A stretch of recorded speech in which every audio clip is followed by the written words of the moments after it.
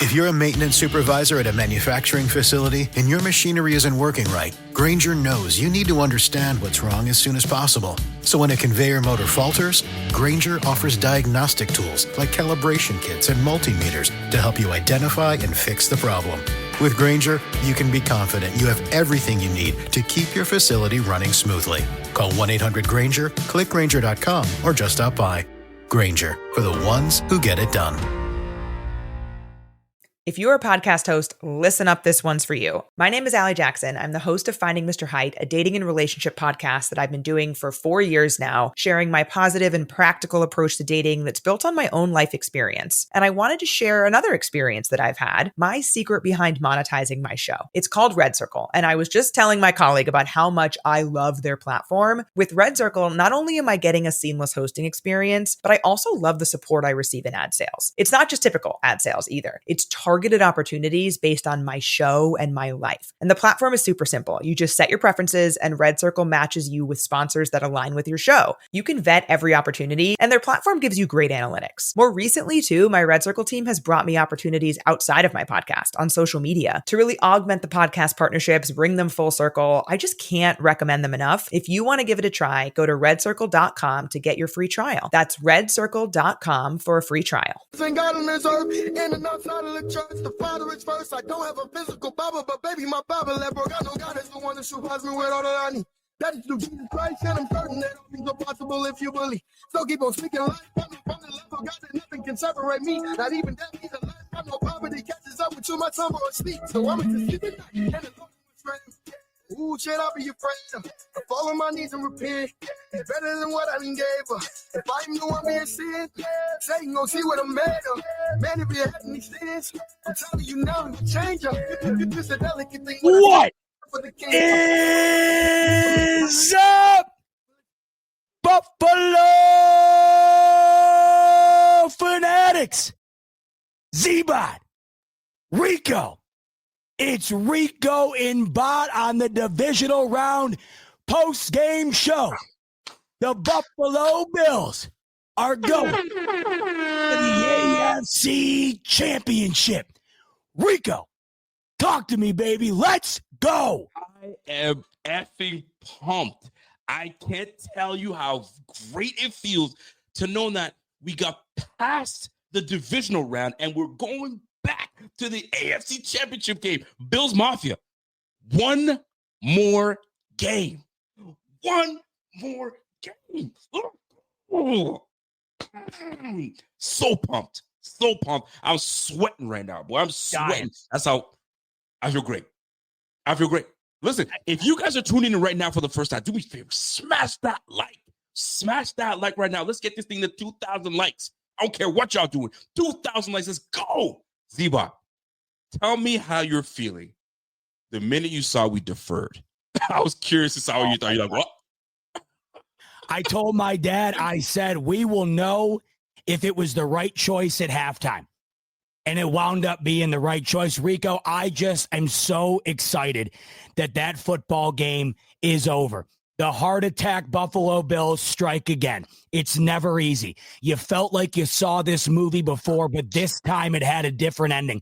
This time the ending went in the favor of the Buffalo Bills. Usually in those games, everything that can go wrong tends to go wrong for Buffalo. This time around, the things that could go wrong seem to go wrong for Baltimore, and the Bills get out alive. An incredible first half. So much to talk about. I can't even believe we got out of there alive. I'm still just through the moon right now. What an incredible game, an incredible victory. They doubted 17. They doubted these Buffalo Bills. Underdogs at home. They get it done. 10-0 on the season at home, putting on a show for this crowd. These Buffalo Bills found a way. So much to talk about, from 17 to Joe Brady to what I thought to be maybe Sean McDermott's magnum opus tonight. An unbelievable performance. This defense, everyone doubted him. We doubted him at times. The chat doubted him at times. People doubted this defense. They felt that the Achilles heel for these Buffalo Bills was going to be the defense. And it felt like the defense was the element of the football team that carried them this evening to an AFC championship. The Bills got it done when nobody thought they could. One more, like you said, Rico, separates these Bills from getting where I've been waiting for them to get my entire life. I can't wait. In the chat, are my Ravens fans in the chat? Where y'all at? I'm trying to look for y'all. Y'all there? Yo, super chat if you're there. I'm on my Petty Murphy stuff right now. Where you at, Ravens fans? Because y'all be chirping us all week long. Talk about how we gonna handle y'all no problem. Josh ain't that dude. Rah, rah, rah. Whoop-de-whoop, whoop-de-whoop, whoop-de-whoop. Look at us now. Secondly, I want to see all the analysts that will talk about all the Ravens. How are the Bills? And I said it this week, and I've been saying it. Why are we talking about what the Bills need to do to stop the Ravens? Man, bump that. You guys have to stop us. You're coming to our home. You got to figure out how you're gonna stop Josh Allen. That's what it comes down to. He may not have had 300 yards passing, but he puts the ball where it needs to go. Oh, and he doesn't turn the ball over. That's the beautiful thing about this. But it's not about Josh Allen today, surprisingly, folks. No. It's not about Josh Allen. It's about the defense. The defense woke up. The defense answered the bell. And I'll tell you something, man. That chip on the shoulder I've been talking about all week, you saw it. They did not want to go home. They did not want to go home. Shout out to my guy, Andrew Lipson, in the building. What up, Andrew? He was watching the game with me tonight. They did not want to go home. That defense came through. 3 turnovers. 3 forced turnovers. You got to love it. But what are they going to do? Just because Matt Milano's back and Terrence Johnson's back and Bernard's back, what does that mean? Your offense still needs to score. Bro, what does that mean? Hey, Terrell Bernard forced fumble. How about that? That's what that means. Oh, by the way, that 2-point conversion you guys tried the first time, guess who tipped the ball? Matt Milano. Thank you. Matt Milano was spying on my man Lamar Jackson all night long. Kept him down to 39 yards. You don't think Lamar wanted to take off? Heck no. When you got 58 on your ass, it ain't happening. The defense carried the offense today. But talk about it. What say you on what you saw from the defensive side of the ball? Were you proud of this defense? We always preface before saying that missing guy, when you're missing guys, it's not an excuse. It's a reality.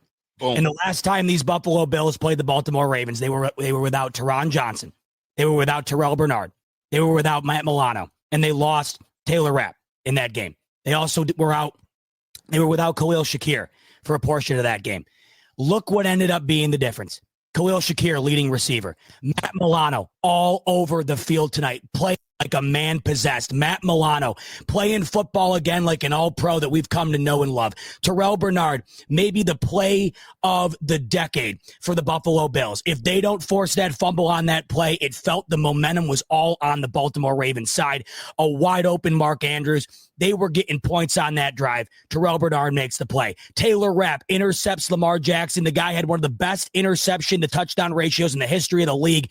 They pick him off. The guy had 3 interceptions in his last 13 games. Rapp picks him off. And Teron Johnson was all over the field tonight, throwing his body on the line for these Buffalo Bills. It was never an excuse. It was a fact. And we felt that these Buffalo Bills defensively were going to be different in this game because of those guys' presence, and they absolutely were. The Bills do not win that game tonight without Terrell Bernard, without Matt Milano, and without the plays made by Teron Johnson and by the plays made by Taylor Rapp before they got injured. This defense, we knew that the Bills were going to be able to put up 27-plus points. They've pretty much done it in every game this year. Was the Bills' defense going to be able to make a difference? Were they going to be able to give the Bills' offense the opportunity to dictate the game? They did. 21-10 at half, and that's because this defense went out there and arguably put on display the best performance that they've had in a big game under Sean McDermott, if not one of them at the very least. And when you factor in the capabilities that we thought that this Bills defense had going into it, that's what makes it feel like it was one of the best. the ability for Sean McDermott to go away from what he's comfortable with, bail out of that zone a little bit, send the pressure when they haven't been doing that all year, when they were able to force turnovers, get after Lamar Jackson. They allowed the Buffalo Bills offensively to strike early and get the lead at half. If they did not do what they did in the first half, if they did not do what they did in the second half in terms of forcing that fumble on Mark Andrews, the Buffalo Bills lose this game 99 out of 100 times. But tonight, they did just enough. And we talked about it before the game, Rico. The beauty of the NFL, it's 60 minutes of football. You got to get it done on one night. You're not playing a 7-game series like you are in the NBA, the MLB, and the NHL. Can you make a difference in one game? These Buffalo Bills couldn't do it in week 4. They did it when it mattered most. And unarguably, the difference in the ball game was not 17, was not James Cook, was not Joe Brady, was not an offense that was putting up historic numbers. It was a Bills defense that everybody this year doubted and thought would get ran out of their own building tonight. Sean McDermott, take a bow. Take a bow. We had said going into the game that this game for Sean McDermott was just as big as it was for Josh Allen. Sean McDermott answered the call. Even if they would have lost that game, Rico, you would never have caught me on here putting it on the blame of Sean McDermott and that defense. They did what they had to do. They had one of the best offenses we've seen in a while, held to 19 points going into the fourth quarter, 10 at half. They stepped up, balled out. The Bills did just enough offensively to take advantage of it. They got it done. Sean McDermott, that was your masterpiece tonight. Can you create a second one next week and propel these boys to New Orleans?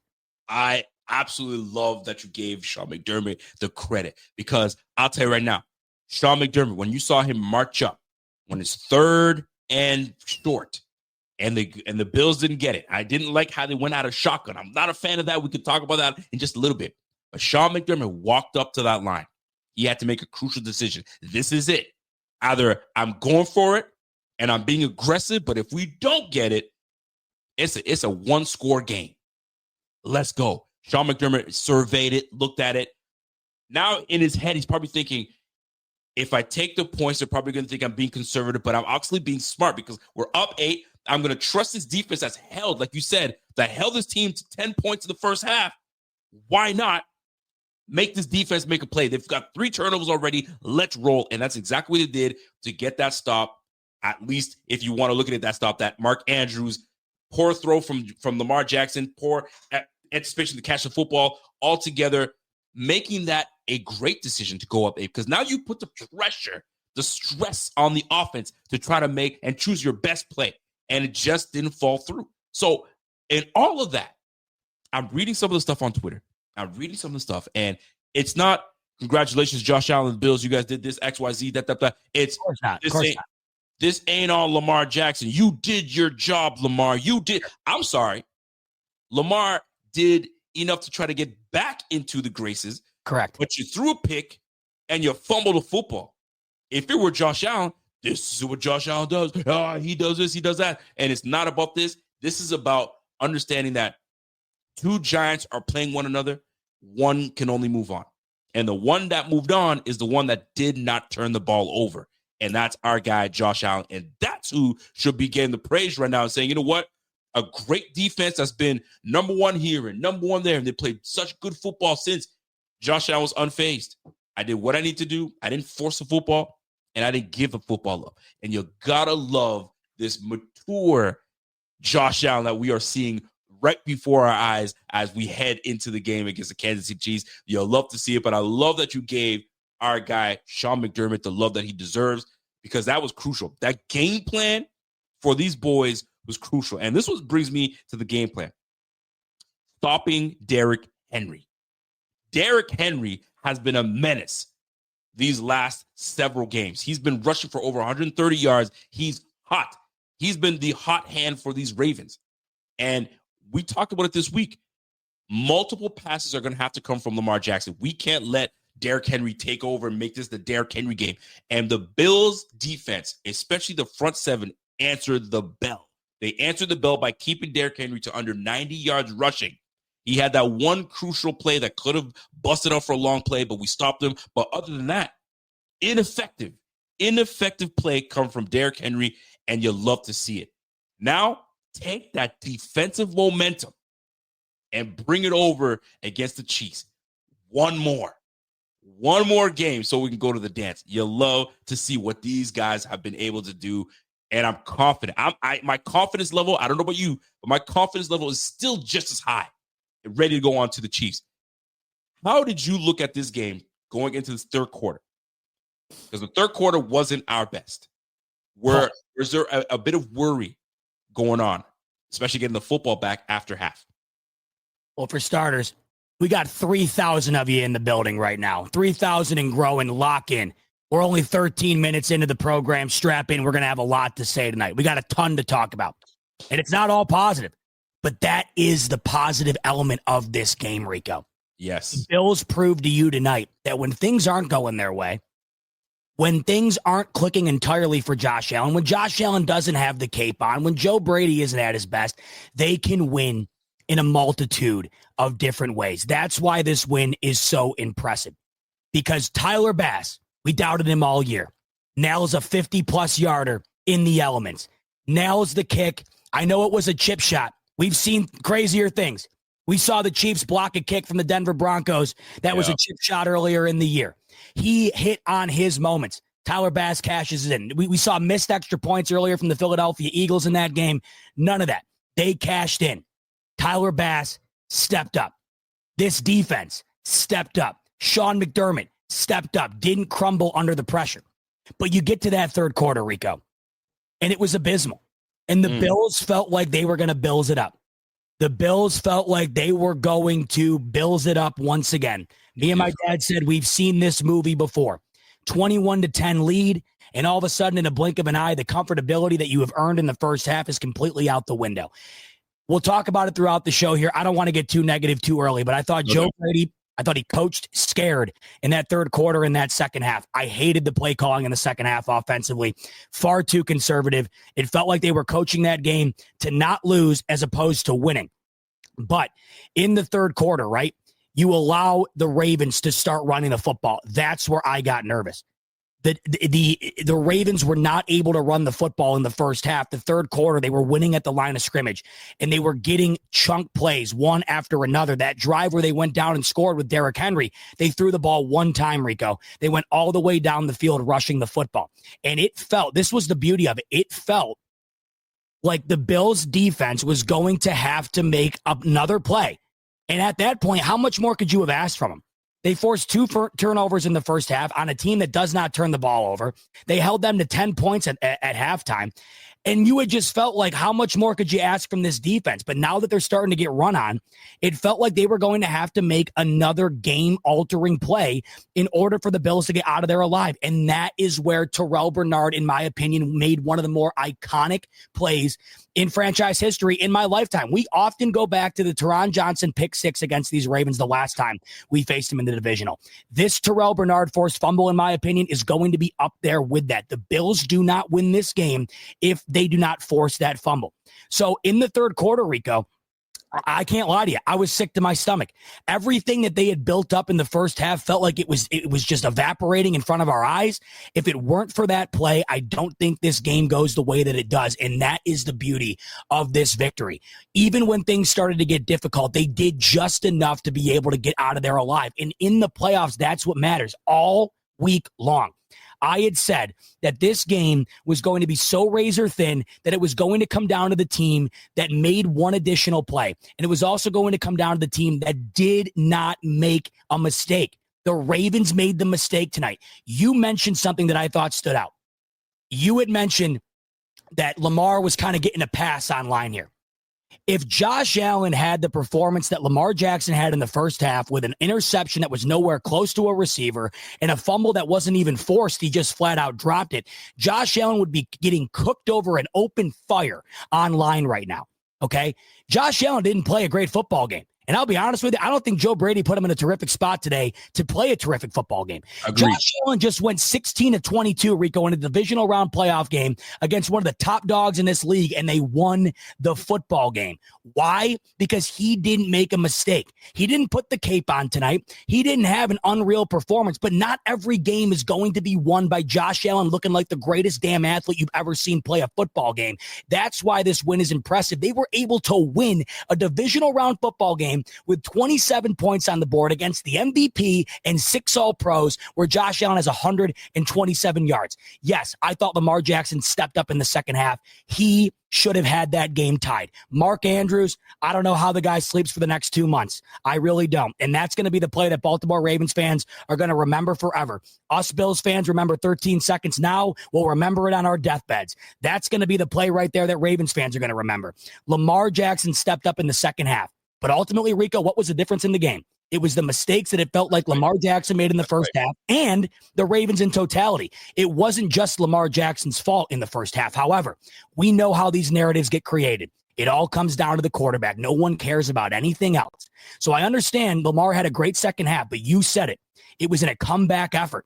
And the reason it was in a comeback effort is because if he does not fumble that football, and Von Miller returns it the way he does, and they get points off of it, this game does not go the way that it does. And I know for a fact that if Josh Allen did those same exact things, he would be getting slow roasted over it. So I give credit to Lamar for stepping up in the second half. I felt like he did enough for them to go and take that game to overtime.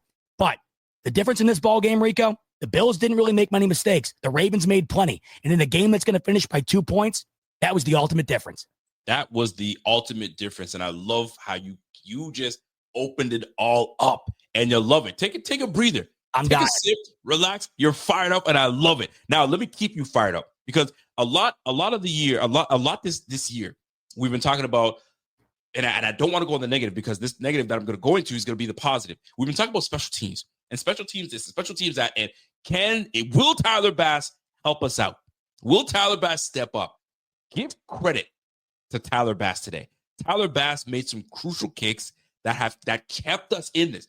How big of it was it to see him crush that 51-yarder, then get us that lead that got us that 8-point lead? You gotta love what the special teams was able to do today, and you gotta give kudos to that. But I'm gonna go back to the defense because I gotta give credit to the defense, and I'm gonna stick to the defensive front. Hold on, I got somebody who wants to say something to you. What do you want to say? What do you want to say to Rico right now?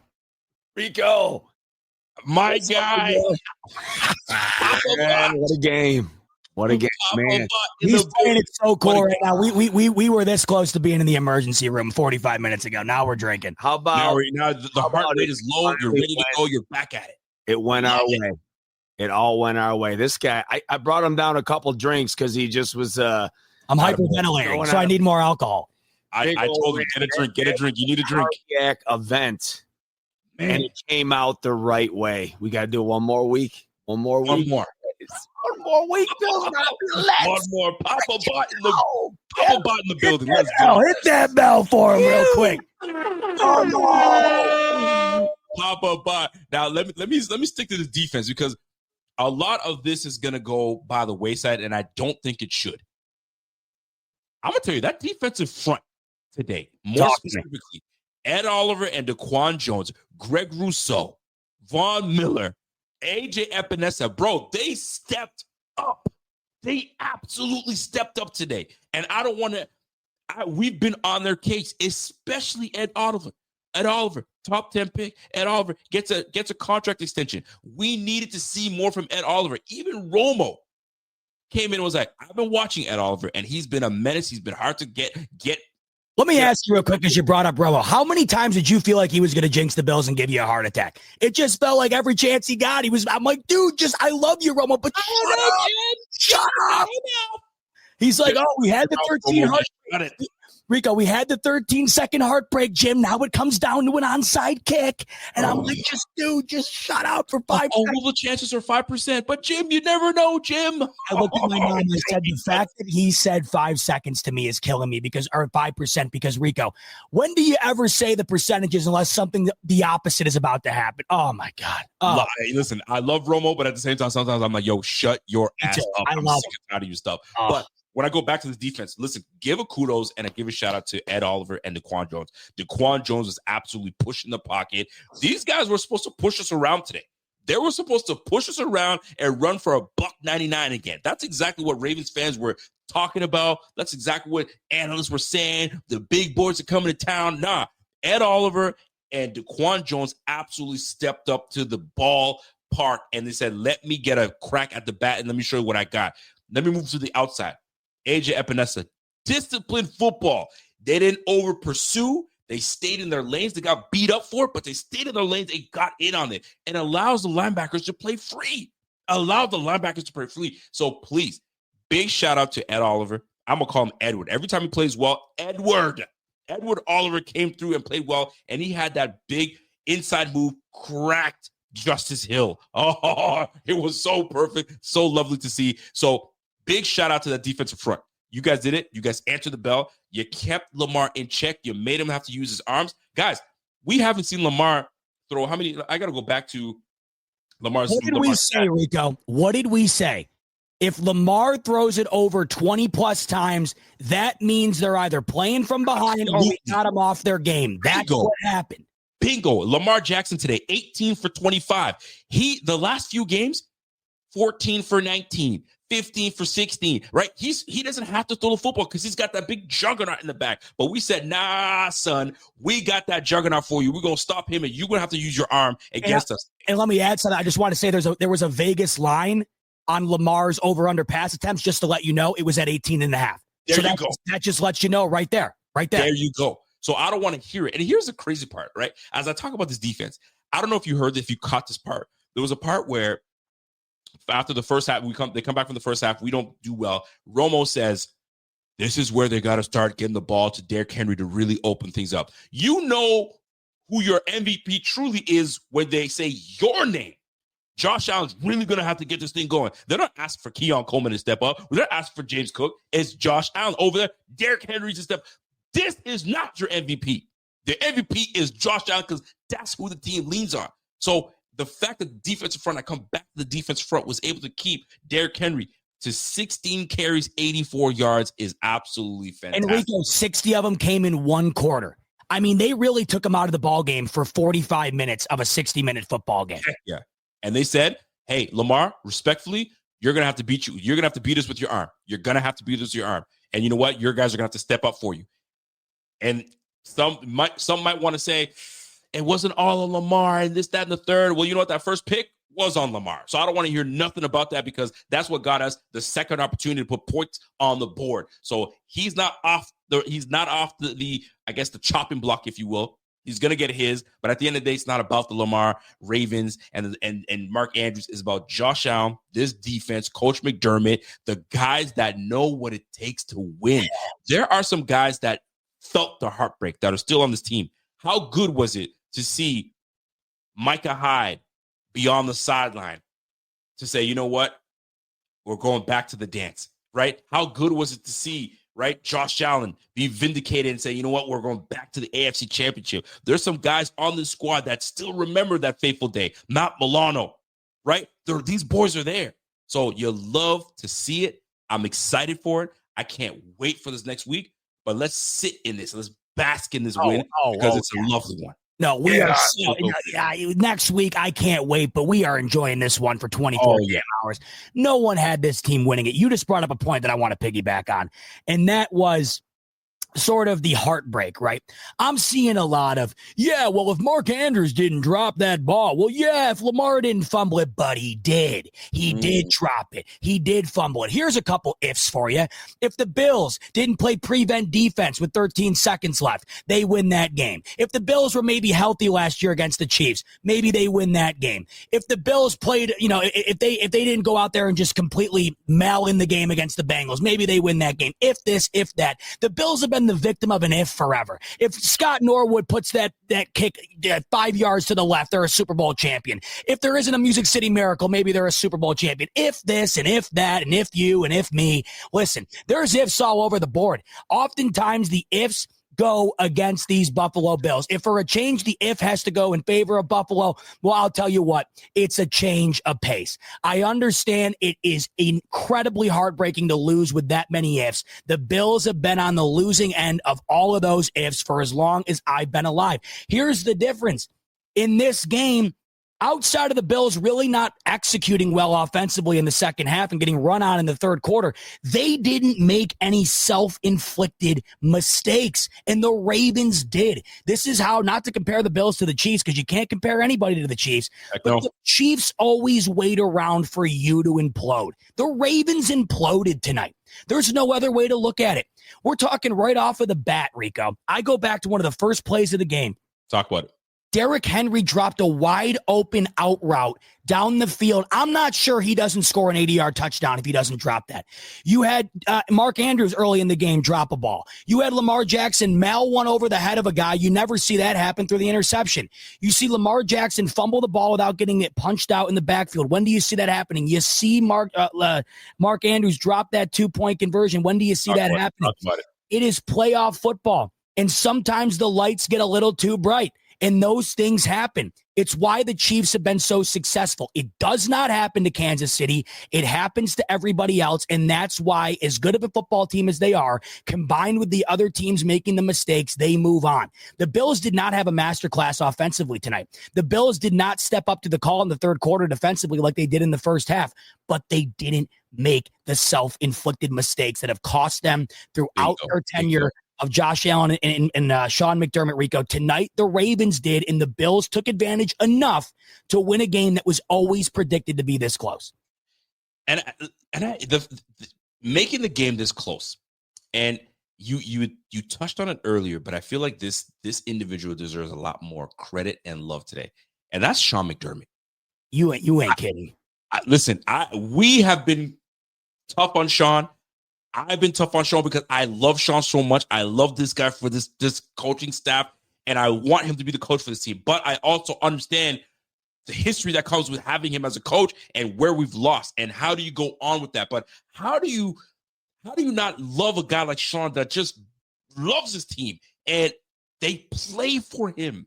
That's the big thing for me. These boys play for Sean McDermott. No matter how you want to slice it, how you want to look at it, they play for him, and he put the team in the right positions today at the right times. The amount of times, there were times where we should have punted.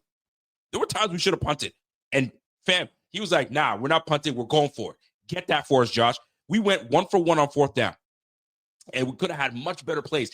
Like, they took us out of contention. This, technically, if you look at it, there were some plays that the refs, and I'm not putting this on the refs, but that holding call, that bogus holding call on, I could not believe that took us out of contention. That took us out of everything because of that. That just set us behind. That had us in contention. We could have kept rolling. So although the score being 27-25, that there were some moments that they took away from us that could have been great. But I want to go back to Sean McDermott, how great he's been, how solid he's been. And these guys, he's a great leader of men. And that's what you need on the squad. I know I've been tough on him because I want to win so bad. But golly, man, this dude has been doing what he's supposed to do for this team. And when push comes to shove, he's conservative, he's this, he's that. Bro, you can't call that man conservative anymore. You can't. This boy's been saying, 4th and 3, go for that shit. 4th and 1, the only thing that you can knock my man for sometimes is there are some moments where he's really thinking about, should I not? And you're like, man, just trust 17. Trust 17. But I'm so glad in this moment, he was like, yo, we're going to take these points. And we're gonna let this defense do what they do. And you love to see it because there are moments where you're like, why does he trust his defense so much? His defense hasn't been able to do anything. It's like he called everybody in the fucking locker room. I try not to cuss these days, but he called everybody in the locker room. He's like, defense meeting only. It's as if he had that. These boys played for Sean today. This wasn't about playing for Josh. This was about having pride. They had a sense of pride today, and I hope they take that pride into Kansas City next week. I can't wait, boy. This is going to be fun. That little flop master over there in Kansas City, you're going to get it. You're going to get this work. Boy, I'm happy for Sean, and I'll tell you right now, that locker room speech, I'm sure of it, is going to be epic. It's already out. It is fire. They're loaded up. I mean, Rico damn near brought a tear to my eye. It did. I gotta find it.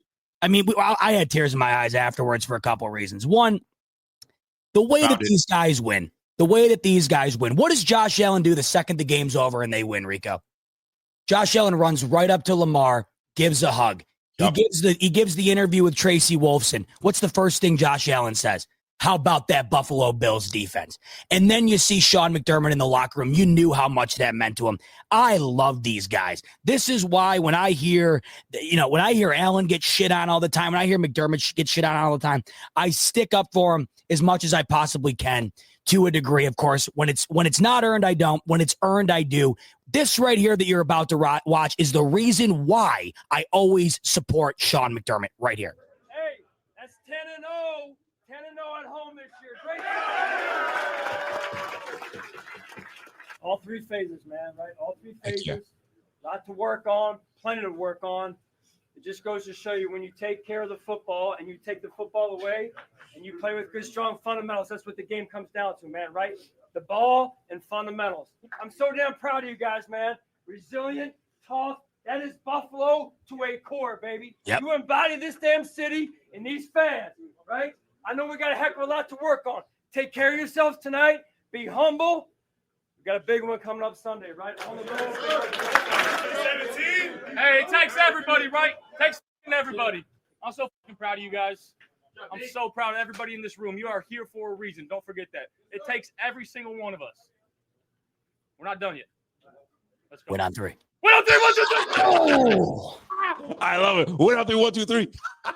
I freaking love those guys, Rico. I love those guys, man. How can you hate them? I don't know. Plenty of people do. Plenty of people do. How could you be an opposing team, opposing fan base, and not like what you just saw, what you just heard? And I'm sure he said a lot more off camera to really show the love that he's got for these boys. But man, talk about leadership. Listen, leadership. We've seen bad franchises. We've seen bad franchises and what bad franchises look like, and we've seen some great ones. Baltimore, great franchise. Buffalo, fantastic franchise. Kansas City, you already know what time it is with Kansas City. Look what Washington has done. Washington has not been a great franchise. They put new management in, head coach in there. They got a quarterback now. Fam, it's about the culture. And say what you will about McDermott, and say if he's corny and this, that, and the third. And I've been part of it too by saying, oh, the process, bro. Trust the process. He's been telling you and the process is just a few things, right? Being a community-driven type team where you embody the city, have love for one another, play for one another, and just play football, fundamental football, and we'll get the job done. Just trust in each other and trust what we're doing here. And that's exactly what he's done.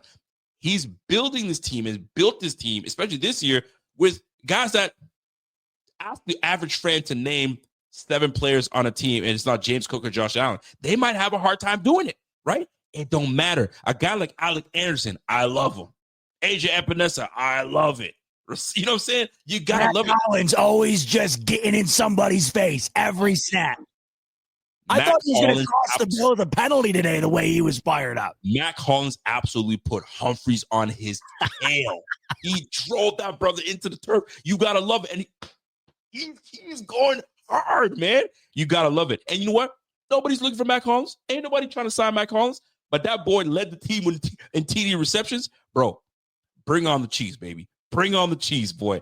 It's going to be a good one. We just got to get healthy. We got to get healthy. You'll love to see it. But kudos to the defense. How often have we been able to say in the playoffs, bro, how about that defense, bro? Let me check. Let me check my inventory here. Never. Let me check too. This is why, Rico, right here. I actually think this is a compliment to me. Orlando Steve saying Allen was mediocre. Yeah, he was, and they just beat the Ravens as a dog with 27 points on the board. If that was mediocre for Allen, when's the last? You think Allen's stringing together 2 mediocre performances in a row? I don't think so. That to me is the ultimate testament of what that game just was. That's what that was that game in a nutshell. You know, I was on the AFC North Roundtable the other day. I was hosting it, and they asked me my thoughts, and I gave my thoughts. I had shared this earlier in the week on here. And I had said that I thought this game was so razor thin, so close. I've never used the term razor thin as much in my life as I have the past week. That's how I felt about this game.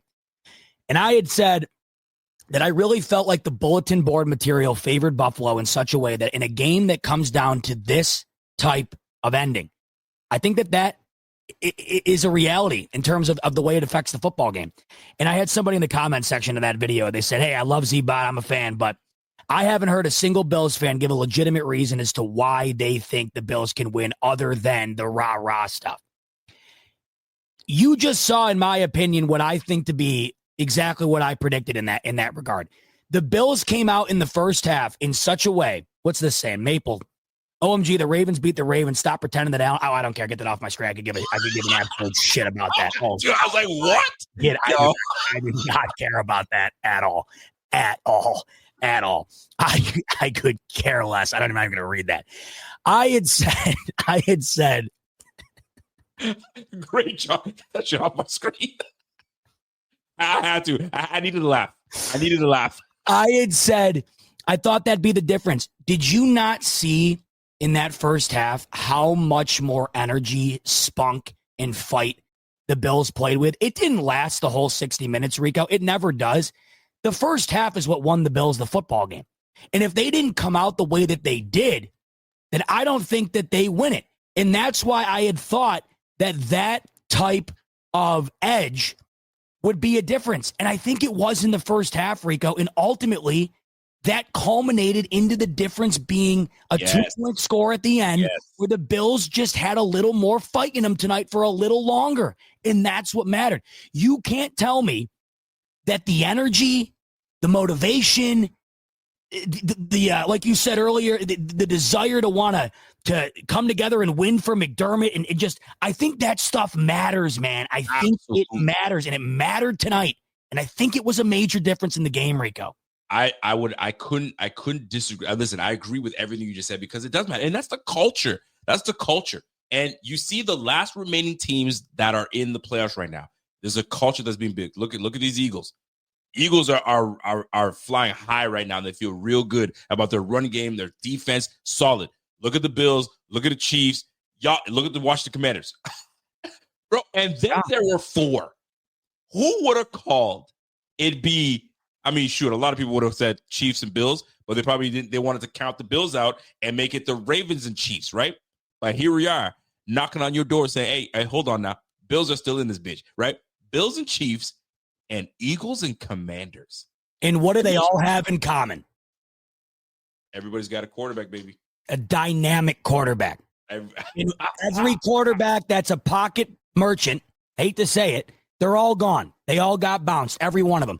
And guess what? The only one that lost in the divisional lost by a razor-thin margin.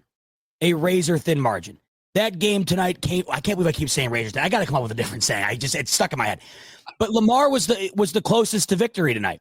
And why? Because he is up there in that list of dynamic quarterbacks. You are seeing what the difference in the league is right now. It's no secret as to why Jaden Daniels is playing in an NFC championship in his rookie year.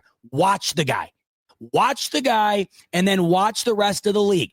And I'm not sitting here dissing Stafford or Goff. I'm not. But when it comes down to having to make those additional plays, for instance, even tonight, the Ravens aren't even back in that game if Lamar didn't have the scrambling ability that he did. The one biggest criticism I had of the Bills tonight more than anything, and I have a few that we'll talk about later in the show. We still got to ride the vibes here. Oh, yeah. But the one biggest criticism I had, they did not run Allen nearly enough. I thought that they limited him. I thought that they limited his legs tonight.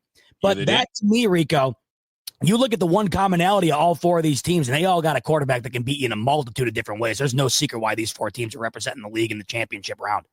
Listen, let me tell you something. So earlier today, in the chat, I'm just writing it down now so I can see it. So somebody was like, well, Allen was mediocre. Listen, Allen did what he needed to do to win the game. Allen was what you call a game manager for this game. I don't got to throw for 400 yards. What for? I just need to get the dub. I'm not that young player that needs to prove himself by getting 300-400 yards, bro. I need to make the right plays. I need to hit the right players for them to make the right plays, and I don't need to turn the ball over. That's what it comes down to. So I'm looking at what Josh Allen was able to do today, right? 16 for 22, okay? He had 6 incompletions, 127, 5, just 6 yards a pop. We'll round it up. No touchdown passes, no interceptions, took a sack today, right? Had a QBR of 71.1 and a rating of 86.7. I bring this up because I'm looking at teams that just need to get the job done, right? You just need to win. All your job is to get the game and get your team close enough and get the win. So then I went back to watch what Kansas City was able to do. And Kansas City, folks, Patrick Mahomes, 16 for 25. Yeah. Same numbers as Josh.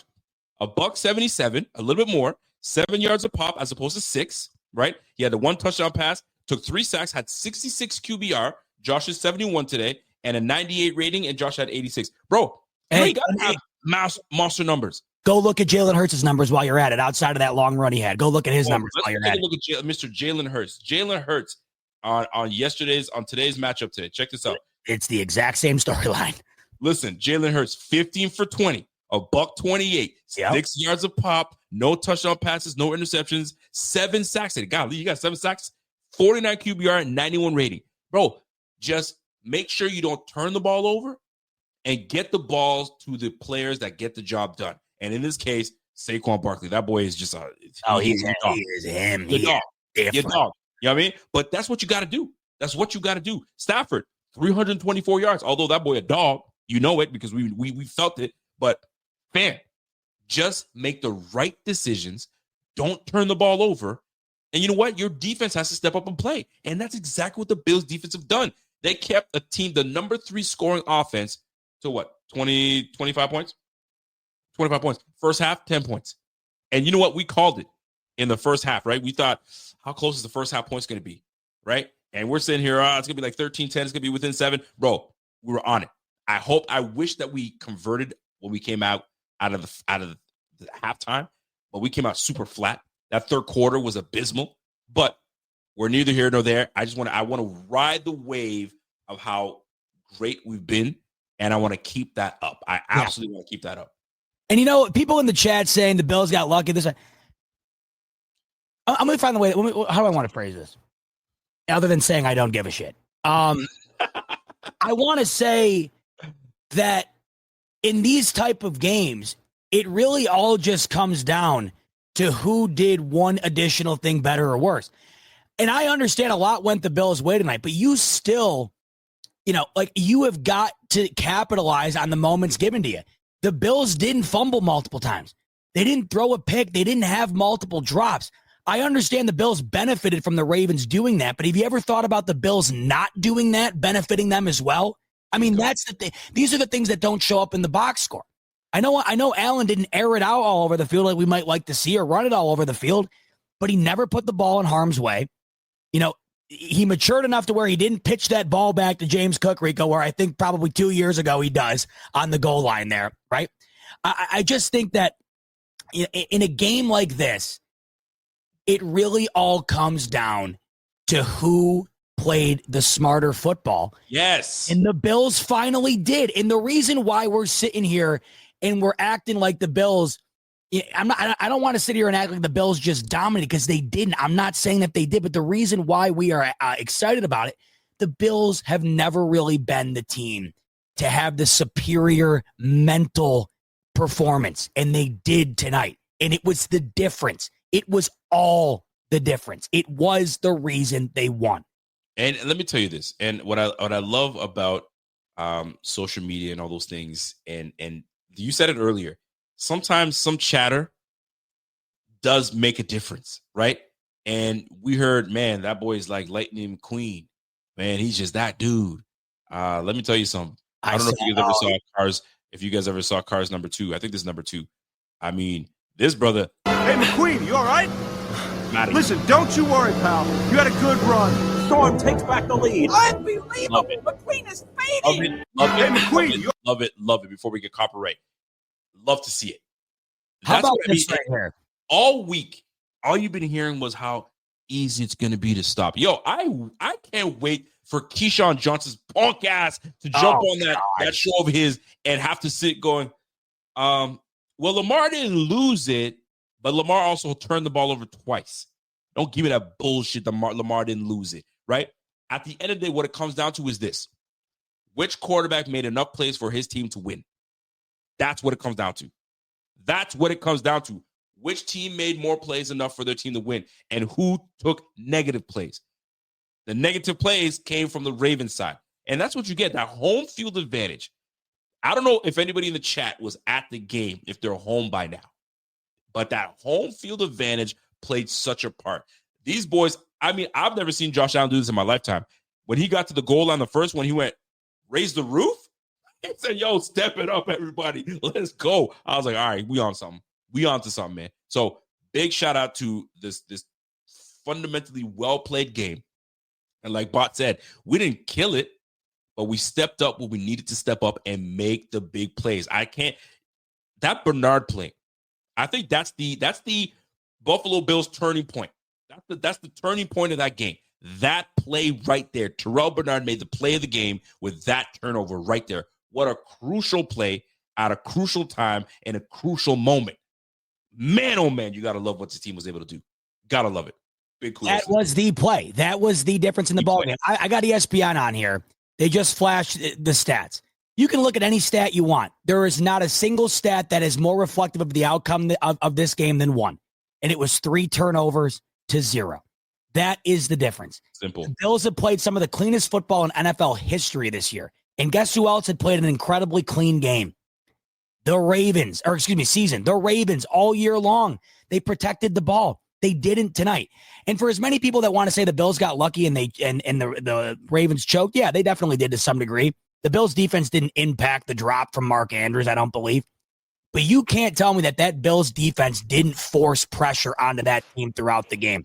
You can't tell me Lamar had a couple of mistakes that he did because of what that defense put on the shoulders of that Baltimore Ravens offense. The Bills defense had as much to do with, I think, the outcome of the way that the Ravens offense performed than it was just the Ravens offense kind of self-imploding. The Bills defense made it difficult for them all game long. And that's the thing that people, if they're going to be real and if they're going to be honest with themselves, give credit to the defense that was able to do that. Give credit to the defense that historically, when it comes to the playoffs, they don't perform. They don't come in and do what they need to do. So you got to give them all the credit for that move. So big shout out to the defense. Big shout out to Matt Milano. Every one of those guys that stepped up, they knew what was on the plate. They knew what was at stake here. Hey, the first matchup, and it's almost a blessing in disguise if you think about it, right? We lose that first game. We lose that first game to the Ravens. And how we lost played a big factor on what we decided to do to them today, right? You saw the epic picture of Matt Milano, Taron Johnson, and Bernard standing next to each other. You saw that. You're like, man. And we played them as best we could. We had some bad circumstances, but these boys weren't even playing. Bro, it's going to be a different game. We knew it. It's going to be a different game when these boys show up. But being there, you have to be a difference maker. And that's exactly what they were. I will say this, though. There's one thing that stood out to me. I don't know if you guys saw it. And I'm going to get on somebody mentioned the Pro Bowlers, right? Love that you mentioned 9 Pro Bowlers didn't fumble. Just 2. Hey, listen. 9 Pro Bowlers didn't fumble. Just 2 guys. Listen, you already know what time it is. But let me say this, though. One player that I don't know if he stood out for you, but he absolutely stood out for me. And the few times that I saw this player absolutely stood out. How many times did you see Dorian Williams make a play? Dorian Williams is an absolute nutcase. These guys were on the goal line. And Dorian Williams, was it I can't remember if it wasn't, who did he stop? Was it Mark Andrews or was it Derrick Henry? What play? Dorian Williams, number 42, they put him in the red zone. I love the fact that they put him in the red zone. I love that you're bringing this up. This has to be one of the most underrated parts of the game. I already forgot the goal line stand. It was huge.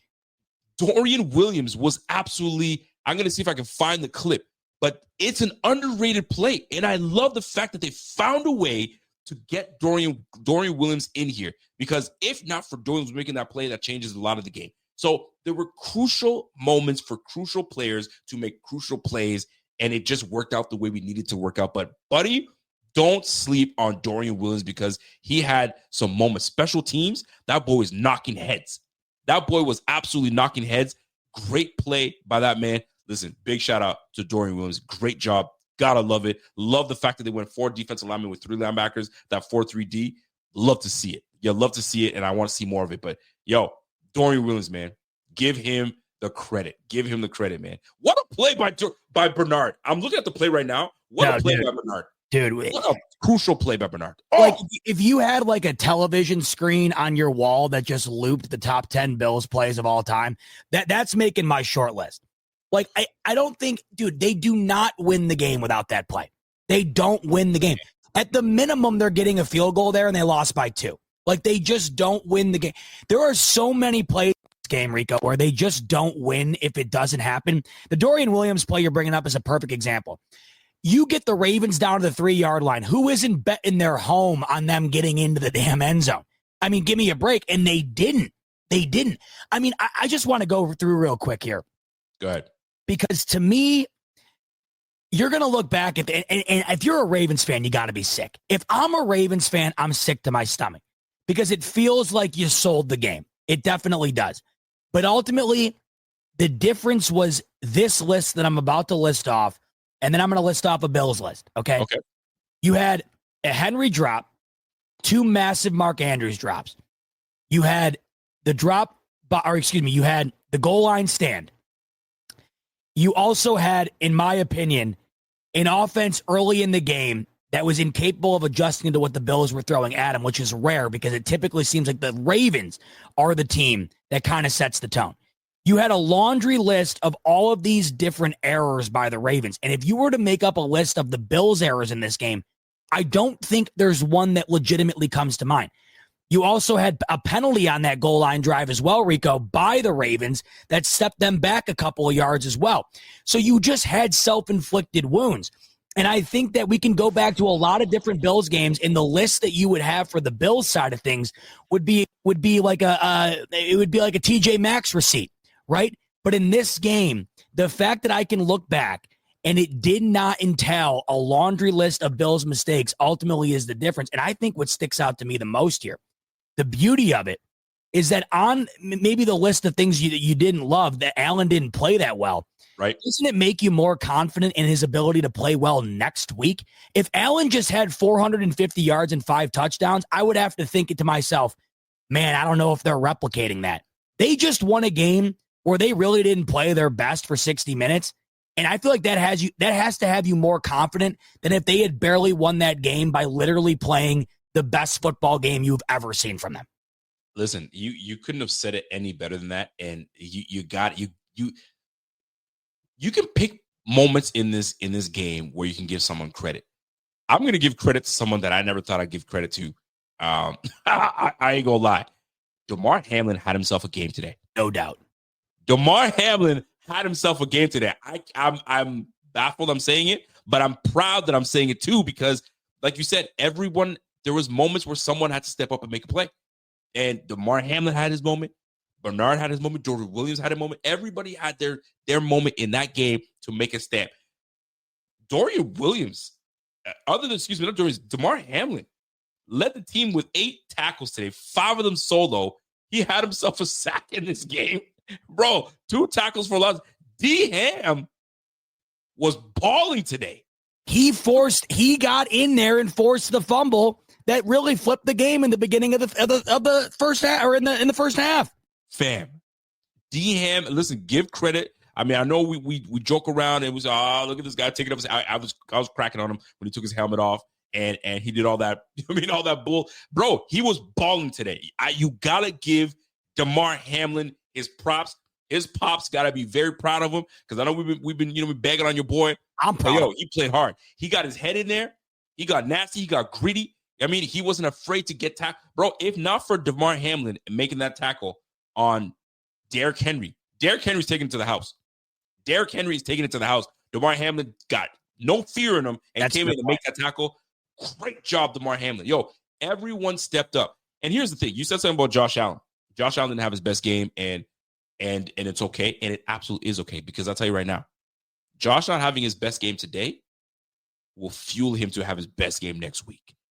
So if you thought that this is what Josh is, bro, no. Josh saves those performances to go up against his boy Pat Mahomes. It's going to be epic. The only thing that I ask for is for the defense to bring it with them. Don't let it just be the Josh Allen show. Step your game up. Bring it with you guys. What you did against this Ravens team, don't let it all hang out, and that was it. You put all your juice into this game. We got 2 more games to go. And this is where maturity has to come in. We've got enough veteran guys on this team that says, hey, settle down, Buck. Settle down, everybody.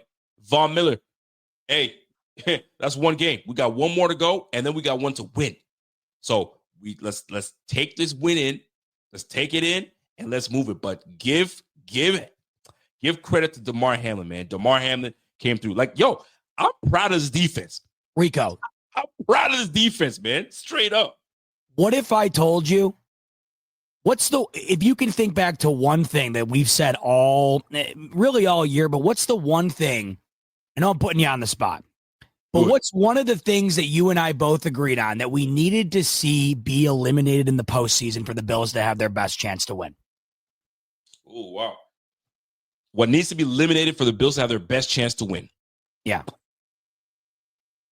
I mean, we talked about this. It's got something to do with what people have been bitching about a lot this weekend. Penalties. I was about to say the penalties have been killing us, and we were, fam, today. Go ahead and look at how many penalties the Bills had today, and it should never have been called. One penalty today. One penalty. And it should never have been called. penalty we did have was a bogus call. Now, there was a couple times we should have had penalties. I'll tell you. I'll be real. Now, wait a minute. Holy shit. Are you going where I'm going? Oh, yeah. Look, I'm honest in victory. I'm honest in defeat. That call on Tre'Davious White was horrid. That was a penalty on Keon Coleman every day and twice on Sunday. I disagree. Oh, I don't know how you could. I'll tell you how I could. All right. That brother was holding before my man could actually, continue his route. Yo, he was beat. And we love Tre'Davious, but Tre'Davious has been, he's on the back end of his career, and that brother's been a holding machine. That brother's holding Keon. Now, could you have let them play? Granted, yes. But if there was a flag to be called, it certainly was not going to be on Keon Coleman. Keon Coleman's trying to make a play on the ball. Tre'Davious White was not. So I ain't gonna give that one to him. But you saw something different. I thought he pushed off. Either way, whether or not you thought Coleman committed a penalty, I didn't think it was a penalty. But Ed Oliver tackled Lamar Jackson out of bounds. I was stunned. I don't know. I was stunned. The officiating, I thought, I was so stunned at a couple of times when they didn't throw a flag. But then they did throw that flag on Deion Dawkins. Like, dude, he just dominated his guy. How are you throwing a flag on that? It didn't seem like it was a major factor in this game, but I had to just throw that out there because the Bills all year long have felt like they've been hovering at around 7 to 8, 9 penalties a game. They played clean football. Once again, the difference in a ball game like this is so thin. And if the Bills had a couple of more penalties, like, who knows? Who knows? The way that these games go now, you get a couple more penalties, a hold here, a pass interference here. They didn't do it. It's just one more thing to add to the list, Rico, of the Bills' ability to win this game doing things that have not necessarily been conducive to how they've won. It's just, man. Now, you mentioned the penalties, and I'm so glad that you mentioned the penalties because that was the one that was you and I are on the same page. Like that Ed Oliver one, I was like, dude, Ed, what are you doing? What are you doing? That's a Jerry Hughes move. What are you doing, big guy? Right? And we didn't get a call. Thank goodness. Let's move on to the sideline. But I will say this. We talked about the one penalty that we had that was crucial. We were disciplined in this game. Love to take, but it was an awful call. We all agree on that, right? We're talking about having those 3 turnovers. 3 turnovers were amazing. We needed those. That's what got us the win in this game. I will say this. 2 things that took place in this game that I think were what made us win this game. Number 1, we were absolutely putrid on 3rd downs the last time we played this team. I think we converted 3 for 12. I think it was something stupid. We were awful. Today, 5 for 11. So right around the mark, the 50%, 45 to 50% mark, that's where we were hovering around. That's number 1. Number 2, last week, we were awful in red zone. Absolutely awful. What were we, like 1 for 5 in the red zone? I can't remember what it was. 1 for 4. 1 for 5 in the red zone. Today, ladies and gentlemen, the Bills were 3 for 4 in the red zone. When we got in the red zone, we handled our business. We got in the end zone. That's what we absolutely needed, and that's exactly what we did. 3 for 4 in the red zone. But that's what you need to do as a team. When the defense gives you the football right back, You got to capitalize. And that's exactly what we did. We capitalized in the red zone. We put points on the board. Instead of taking threes, we took sevens. And you got to do it. And that's why we ended up with a score of 27-25. Did you think that this game was going to be as close as it was today? Absolutely. Absolutely. I think I predicted 23-20. It finished 27-25. Great prediction. Well, I mean, you were, what did you have? 31-30? I mean, 31-30. I was like, 31 is going to be a close one. Yeah, I had always thought it was going to be like this. I knew for a fact that they were going to go down and score the second. Let's start. All right, so we've spent about an hour here really just getting our rocks off. I mean, having a ball, right? Like celebrating this. Let's get down. We should get our rocks off for crying out loud. What I'm We've saying. been holding on to it. We've been holding on. Let us release. You ain't backed up. You ain't kidding. We backed up, bro. Let's get into some nitty gritty here. Okay. Let's start. All right. So let's start with the Bills' decision to kick the field goal, because that ultimately set up this game being 27-25. So the Bills are running clock in that situation. Talk to me about where you're at on how that drive ended and the decision to take the 3 points, go up by 8, and then see if your defense can end it.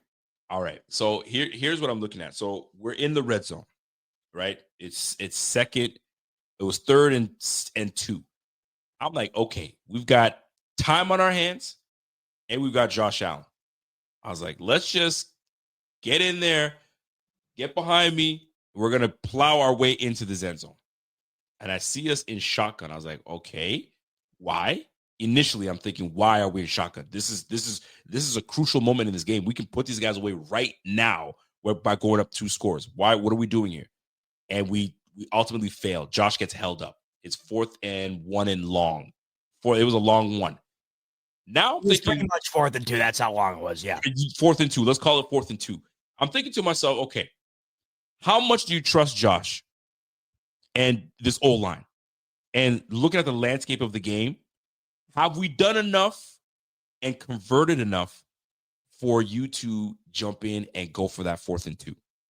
I didn't see it, and I couldn't justify it. And then I loved it when I saw McDermott walk up to the goal line, take a look at it. He was surveying. He was like, and before he even goes up, let's just go before he goes up. I'm thinking, what's in his mind? Do I trust my analytics and trust what the analytics would say I should do in this position? Time of possession, where we're at, how the game is going. Do I take 3 and go 8? Do I trust my defense enough? Is my defense playing well enough? And luckily, we have been, and we were. So I got to take the points. But I'm sure he was eating himself in live because there's nobody making the decision. You can make it all the. You should do this. You should do this, Sean. You should do that, Sean. Sean's got to rest on him. And I'm sure he had like a That's So Ravens moment where he goes into the future and he's doing a press conference, how he's got to explain, it's on me. I made the decision. I should have. He was like, I ain't doing that. Goes back into it. Take that field goal. I'm going to trust his defense. And that's exactly what we did. And I love that he made that decision. Although I love you, Josh, I trust you, but you got to trust me now. We're going to take these points. We're going to take this 8. I would have grabbed Tyler Bass from his helmet like this and said, hey, don't this up for us. Get in there and make that kick. And sure he did. So I felt really good for our moment. I was indifferent. I was like, okay, if we go for it, I'm not mad at it because that shows that he wants to win this thing. But if we take the field goal, it's a smart thing. And his defense has been playing pretty damn good. And now we're about to find out if Lamar can actually go all the way down and not only score, but you got to essentially score twice. So I'll take my chances on you having to score twice on this defense. And it ended up going in our favor. Did you see it that way? Were you like, no, you should absolutely go for it. I don't know why you took that field goal. I would have went for it. Or were you on the opposite side? Man, did this not feel like the moment we'd be talking about forever if the Bills lost the football game? buddy. Did this not feel like it would be up there with the 13 seconds in terms of a moment that you could pick out of the top of your brain at any given moment and say, yep, I was 27 years old when Sean McDermott decided to settle for the 3 and put in the hands of the defense, and the Ravens went down and tied it and lost in overtime. In hindsight, Rico, of course it was the right call. The Bills lost. The Bills won. The Ravens didn't get the 2 point. What led up to it, I hated. Tony Romo said exactly what should have been done. And I'm going to segue what I'm about to say here into what we're going to talk about next, because I think we both are probably going to have a lot to say about this. The conservative nature of that drive was blowing my mind. They didn't throw it at all. They kept running. And I was shocked that they had ran it into an ability to be able to even go and try and score a touchdown. They had set up in a stacked formation offensively where a run just seemed inevitable. You mentioned it, the shotgun. There are 2 plays in football that I hate more than anything. I mean, I don't care if it works or not. It makes me want to vomit. And that is a pitch to the outside. I think it's one of the worst plays in football. I hate the pitch. I never understood. Not a fan. No, I hate it. I never understood why you're backing the running back up 4 additional yards to try to get upfield. I hate the pitch. But the play that I hate in football more than anything is a short yardage to go shotgun run. I hate it. I never understood putting yourself in a tougher spot to get a short yardage to move the sticks or get into the end zone. I never understood it. Me and my buddies, every time we see it, even if it's a Bills game or not, we just send it in the group chat. Shotgun run. Gotta love it. Gotta love it. I hate it. So Tony Romo said it. You do the tush push twice here. There is no way that play has been so automatic. The Buffalo Bills get 1 yard on that play in their sleep. There's no way. You run it twice. Facts. The fact that here's where I felt like, Rico, I don't know how to describe this without sounding just out of my mind insane. But there's moments in a game as you're watching it live, you think to yourself, is that going to be the next 13-second moment? Is that going to be the next moment we talk about forever?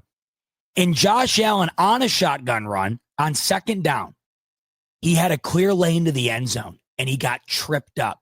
I know. It felt like he was going to walk in, Rico. And I looked at my dad and I said, did that not feel like an omen? The fact that he tripped up, he never trips up. Did that not feel like it's setting these guys up to get stuffed at the goal line and then they get screwed?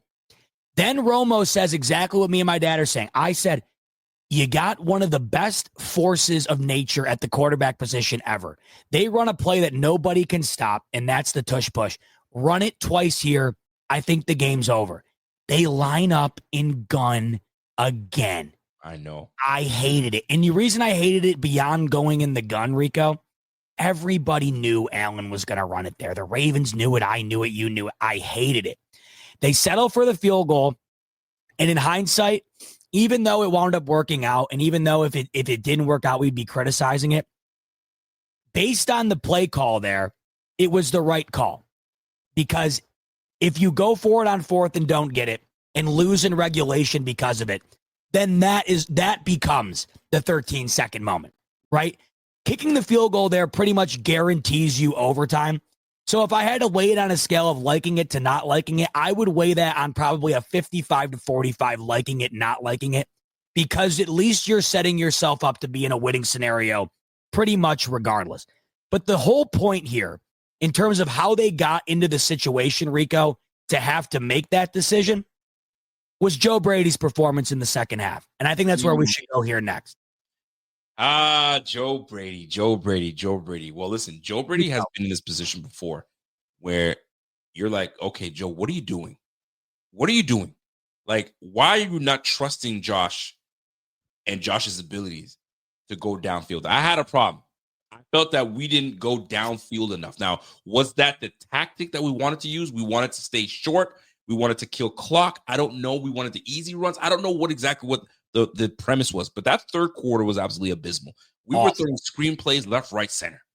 Like what? And there are moments where Joe Brady turns into a screen merchant, where all he wants to do is just throw screen pass, screen play to the receiver, screen play over here. He had 2 straight screen. We had 3 failed drives in that third quarter.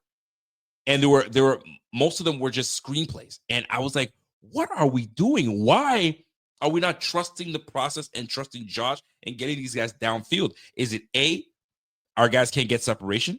I truly don't believe that. You got Kincaid, you got Curtis Samuel, you have Amari Cooper. Those guys can get open. What's the problem here? And Shakir, I don't get it. No, and I get it. There's this whole notion of the screenplay is the extension of a run play. Man, F all that. F all that. You got receivers, use them downfield. So Joe Brady, in a way, was getting away from what we needed to win the game. I don't know if that was part of the game plan. I didn't like it. And that could have, I don't want to say cost us game, but it really slowed us down because the momentum was on our side. You get the ball back, be aggressive and take it to them. But we were conservative on the offensive side of the ball, and we were quick 3 and out, it felt like, and we're gone. So if Joe Brady, like you, love what you're doing, you have an ability to be a head coach somewhere because I know you get interviews, but bro, that performance, it could have been a lot cleaner. It could have been a lot more efficient. You got a Ferrari, bro. What are you taking us on a back road for, man? Get us on the highway and get going. Yeah, I mean, you took us on a back road like it's Sunday afternoon, bro. It ain't the time for that. We're playing the Ravens, man. Get on the highway and let's do something. Let's get aggressive here. And I felt that we lacked aggressiveness, and that's what kind of stalled us and allowing the freaking Ravens to get back into this. And not only that, you almost took away the performance from the defense. The defense did a damn good job on keeping these guys at bay, taking the ball away from them, and you get the ball back, and then you pull that stunt. Bro, Joe Brady, you got to be better. You had to be better. I like how we finished the game, but, bro, that third quarter was abysmal. Your thoughts? Rico, I'm so glad we get to talk about this performance from Joe Brady after a W. Because if we were talking about this after a loss, you and I would have been finishing up an hour and 15 minutes talking about it from the jump. That was one of Joe Brady's worst coaching performances in his entire career. And he better go home after that game, take a hard look in the mirror, and realize how lucky he was for those Buffalo Bills to have gotten out of there alive with a W, because that loss would have been put on the shoulders of him had they gotten out of there with a loss. You just said it. The way he called that second half would have completely eradicated the performance that the defense gave you. No question about it. Rico. No question. Khalil Shakir, 6 catches for 67 yards. Here are the following numbers for the other weapons on the team not named James Cook. Matt Collins, 1 catch, 12 yards. Kincaid, 1 catch, 11 yards. Curtis Samuel, 2 catches, 9 yards. Ty Johnson, 1 catch, 8 yards. Keon Coleman, 1 catch, 5 yards. Dawson Knox, 1 catch, 0 yards. The worst play call of the game, by the way. Amari Cooper, 0 catches, 0 yards. Here was the playbook in the second half for Joe Brady, Rico. My favorite play that I just mentioned, a pitch to the outside, a screen pass, or a run-off tackle. How many times did you have to run off tackle on first down and put this team in 2nd and 8 to realize, hey, maybe I should start utilizing one of the best talents we've ever seen at the quarterback position to go and win this ball game for us? Where was the creativity when it came to anything? Nothing was schemed up to get the ball down the field at all. And what killed me the most, say the Ravens took away the pass game completely. I'm going to have to go back and rewatch this game to understand why the ball was not thrown down the field at all. But say that, let's just give the Ravens the benefit of the doubt. And let's say that they were just playing, like we're talking Alcatraz lockdown defense, okay?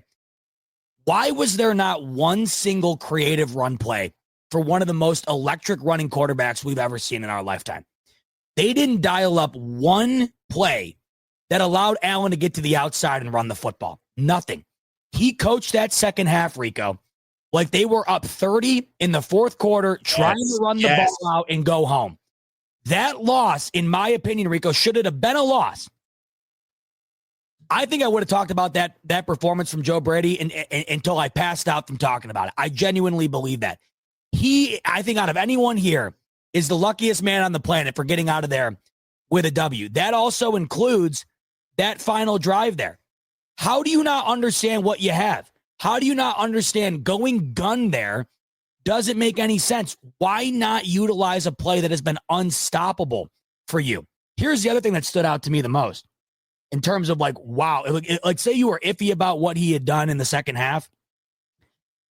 It's 3rd and 5, and you draw up a screen pass to one of your slowest weapons on offense, Dawson Knox. Why are you running a swing screen to Dawson Knox on the left side of the field with 5 yards to go? Hated that. Rico, it was awful. I ask you. I hated that. What do you think he was like? This is what we love so much about Joe Brady, his ability to adapt to the football game and implement what is necessary to win. It couldn't have felt more in the opposite in the second half. What do you think his mindset was that allowed the Bills offense, in my opinion, to let these Ravens back in the football game? And sometimes offensive coordinators get cute. They're feeling like, okay, I don't know if he's got two things he's looking at it. Is he looking at it like, shoot, I haven't got Dawson Knox involved in this game, so you know what? Let me throw him a bone and throw him the screen, and maybe it could work. I hope that's not his game plan, and I hope that wasn't the case. But know your personnel.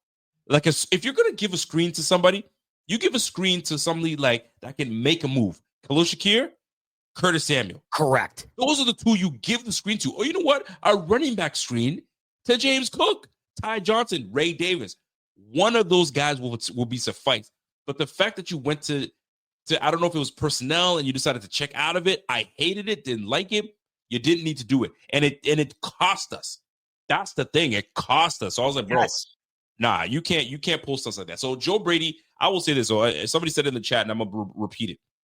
I personally hate when teams that are still in the playoffs are still interviewing for jobs. I don't care what anybody wants to tell me. If I'm doing my personal job, and I like my job, but there's a potential job opening somewhere else. My mind is not on my job at work. I'll be real. I'm there, but I'm not there. You feel me? Because I'm thinking, shoot, did I interview well for that job? I hope I said the right thing. Okay, I got another job. Okay, let me go interview for that job. Bro, I'm not 100% committed to my squad. Yo, if I'm in it, and teams will respect it, because if they really want you, they're going to be like, yo, all right, I'll wait till you're done, and then we can do it. Because this tells me this offensive coordinator / my head coach is about his business. But if you taking interviews and you lottie-dong and trying to smoosh owners on this and smoosh that coach over there, bro, shut your ass up and sit down and do the task at hand. And that's getting your team prepared. Bro, I don't like it, and I get it. Some folks can multitask. Bro, the game plan was already in place. I don't got to do anything. It's just the optics too, right? It just feels right. Let's just say game plan's already in and he interviewed Friday. He's got nothing to do with the team. Everybody's going traveling. Now I'm going to take myself. I don't care. I'm not all the way in it. I need to be all the way focused and in my shit. Because as a human, right? Human nature would have us like daydreaming about something. Let's just say he's in the booth and it's commercial break. Okay. And everybody's in their mode. They're on their phones checking some shit. Could I be thinking about, yeah, man, did I say that properly when I was interviewing for the Bears job or the Raiders job or wherever the F he did it? Oh, commercial's back on. Okay, let me focus back. Nah, bro. I need you dialed all the way in. So this interviewing bullshit, if I'm McDermott, no. Cancel. You're interviewing. If I'm head coach, you're not interviewing for anything until our season's done. Because I need you to focus. These guys need you. You need them. Let's roll. I didn't want to ramble too much on that, but that annoys the heck out of me when teams have, because it plays into what kind of bullshit call was that? The screenplay to Dawson Knox. Love Dawson Knox. I prefer him down the field and in space, because him going up against a little DB, I love to see it. But go back to the Denver game when they were at home, when he absolutely, was it Denver or the Bengals? I can't remember, where he absolutely annihilated that DB on the ground. But I think it was Cincinnati. Boy, did he ever crush that. I need him in space, not taking a screenplay. Man, knock it off, man. I hate to see it, don't like it, but hey, let's keep it rolling. Let's keep it rolling. By the way, he says they can't RICO is illegal. I know it's illegal. I mean, I don't know if it's illegal or not. If it says no, you can't. If I'm the head coach and you're still under my tutelage and all that stuff, I need you focused, bro. You should know me enough to say, yo, I'm not going to do it. If I can't say no, you should know me enough to say, as for respect for my teammates and my head coach, I ain't going to take no interviews, especially because I'm in it right now. And you're about to go to the AFC Championship. Boy, you better shut shit down. You're about to face the Kansas City Chiefs that are trying to three-peat. Bro, you better sit your ass down and buckle up. because we got a big time thing coming our way. It felt like he was trying to run the clock out on the first drive of the second half and didn't take into consideration that you had the MVP on the other side of the ball with a running back that is known to be better in the second half and had damn near 2,000 yards on the year. I saw a comment earlier saying, why the Joe Brady hate? He's brought the best out of the Bills. No question about it. I don't think anybody is saying the praises of Joe Brady more than Rico and I. That's why we're talking about what we're talking about right now. How devastating would it have been if the Bills lost that game because Joe Brady, who had revived this Bills offense, ended up being the one to cost him? I thought that Joe Brady dug a hole for this Bills offense in the second half. No. You know, Josh Allen didn't have a terrific performance. It felt like it wasn't being schemed up for him to succeed a lot in the second half. They felt like they took the ball out of Allen's hands, Rico, in the second half, and I didn't love that. Tony Romo kept referring to it by saying, you know, if we're going to go down, we're going to go down with it being with the ball being in 17's hands. You know, he really did not get him involved much in the second half. I've always loved Brady's ability to get Allen moving around, running the ball, getting other guys involved. Yep. It just wasn't there, and it felt like the door was left open for Baltimore based on the way Joe Brady conservatively coached that second half. That's why I'm so happy we get to talk about this in a W, because I know Joe Brady's no dummy. When they went out and played their worst two offensive performances of the year against Baltimore in week 4 and Houston in week 5, what happened after that? They rattled off 10 games out of 11, scoring 30-plus points or whatever it was. The lucky thing for us Bills fans here is I think Joe Brady is going to reflect based on this, and I think Joe Brady is going to coach a better game next week, no doubt about it. But you watch that second half, Rico, and you cannot tell me that offensive approach was not far more conservative than the game allowed. I know you're up by 11, but you are also not playing a bottom feeder offense. If you do not continue to keep your foot on the gas, that's an offense that's going to burn you, and it almost did. So that was the most disheartening part of the second half for me. You knew this defense was only going to be able to hold up for so long. As great as this defense played, you have Lamar and Derrick Henry. Like, they're going to get theirs at some point. The Bills' offense had to continue to stack, and they didn't. And luckily for them, they did enough in the first quarter, Rico, that they had a cushion to get it done at the end. They certainly did. And there's a whole lot of shoulda, woulda, couldas in the game, and I'm so glad that how the game resulted in the W, you have another week to clean things up. And that's the beautiful thing about football. There's another week to clean your mess up. And I'm sure every player, every coach reflects on, all right, we're on the ride home. We're about to handle some business. We're about to, take the flight home. There's a moment of reflection for each player and say, yo, how did I do today? And if I'm Coach Brady, bro, maybe I should have done this. Maybe I should have done that. And this is not a bad thing. I think this is a great thing because now it allows him to say, okay, that was a totally different defensive team. So I can clean that up. That's why you've got to call your best shots.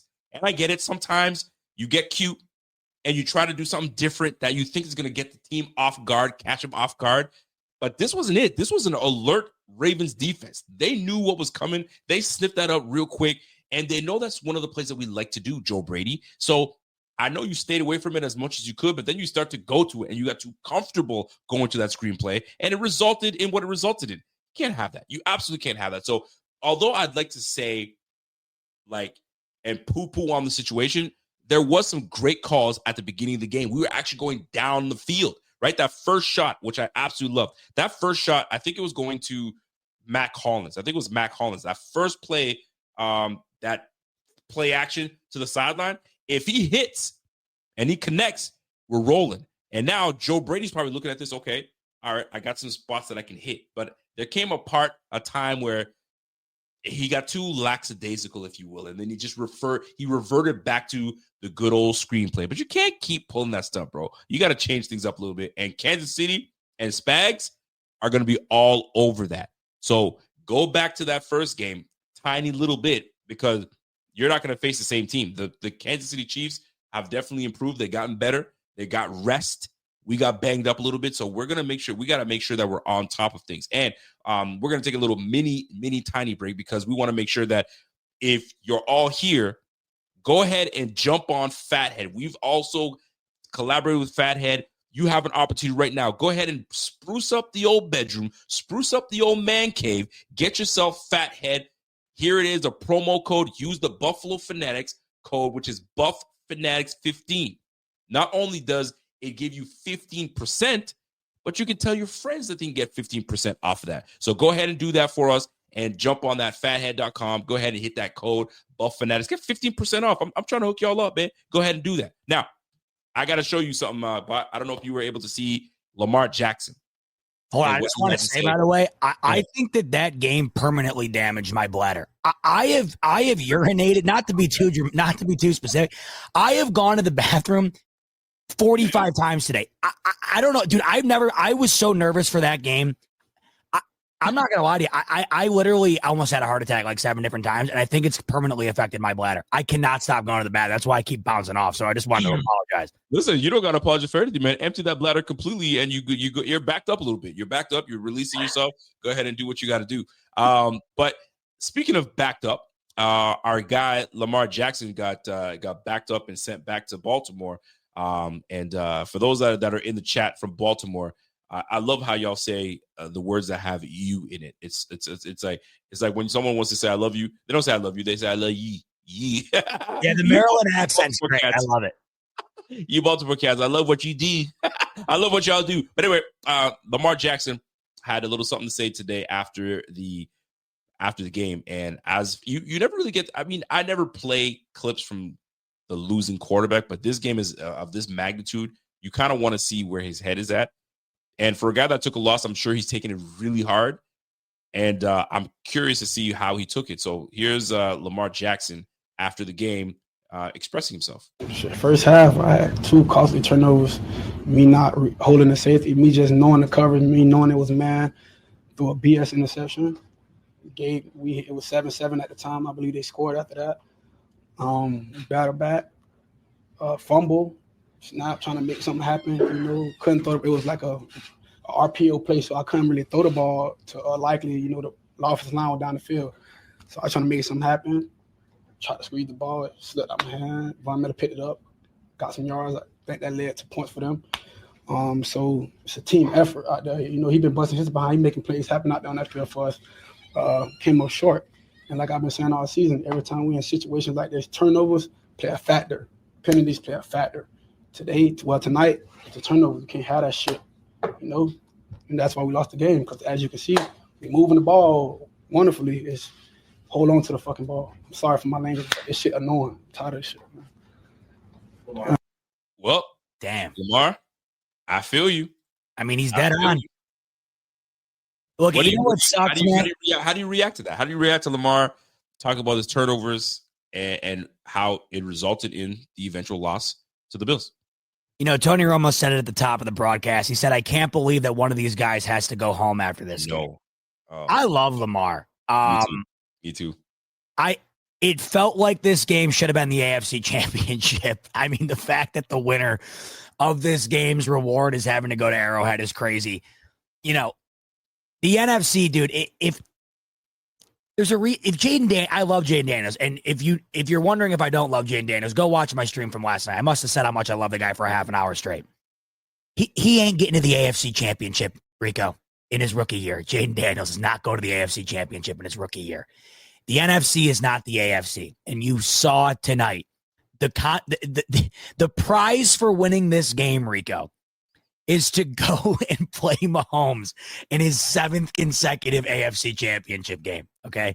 There's levels to this, and the AFC is crazy. So the fact that one of these teams had to lose in this game for it to not be a right to go to the title game is wild. I love the accountability, and I always have. I love the team. I love a guy who is able to be accountable, and that's a guy who's going to win the MVP right there for the 3rd time. We'll put that game on him. And I think that he's not being hyperbolic, and he's not doing that to be the quarterback-eel type person there, Rico. In his heart of hearts, in my heart of hearts, and I think in a lot of people's heart who watch that game, if he eliminates maybe one of his errors in that game, it's different. Now, like I said, and I'll continue to say this, he did enough, in my opinion, in that second half to put his team in position to win. There were other people on his squad that added to his errors that ultimately culminated into the Ravens losing this football game. But that's a guy, Rico, Lamar, who has been criticized all the way up until this game for not being able to get over the hump in the playoffs. He's been criticized as a guy, unlike Allen, by the way. Allen's been criticized for not being able to get past Mahomes. But Allen hasn't really been criticized for playing poorly in the playoffs. Lamar has. And I think you can make an argument that that first half of this game, Rico, was one of the poorer halves Lamar had played this year on a big stage. And I think you just saw him in that post-game presser, Rico, really wear his heart on his sleeve, letting you know, man, I really feel like this one's on me. And there's a lot of moments in that game I'd love to have back. Absolutely. And it's to the point where social media starts to kind of clown on. Oh, no. On Lamar. And this is Lamar when he sees Mark Andrews in the locker room. You gotta love RDC World because these boys don't play around. Yo, when he sees Mark Andrews, this dude is so. The one you sent me, is it the same guy? Is that the same guy you sent me who did the Penn State one after they lost last week? No, the same guy or no? Dude, these videos killed me. That one you sent me killed me. No, that was a goodie. That was a goodie. Speaking of that meme right there, let's talk about it, Rico.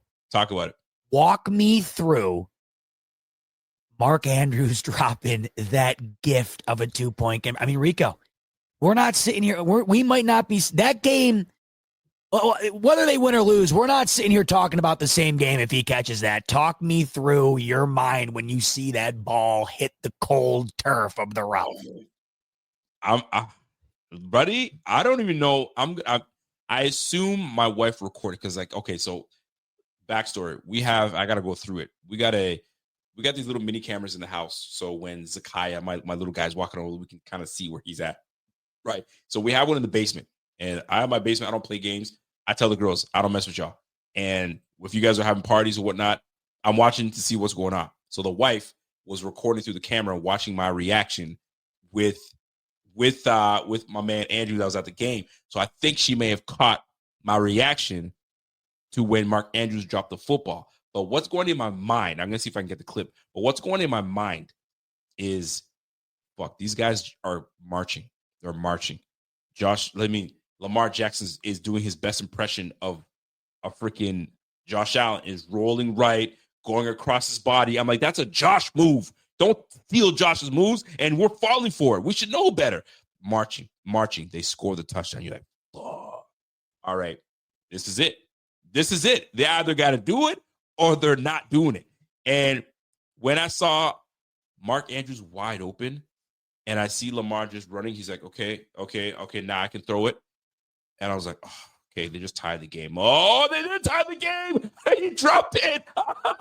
We're high-fiving. We're having a good time. I said, this is it. But then I'm thinking, hold on. There's still a lot of time left. But exactly. They're timeouts. They have one timeout left. We can't screw this up. Here comes old, reliable Ty Johnson.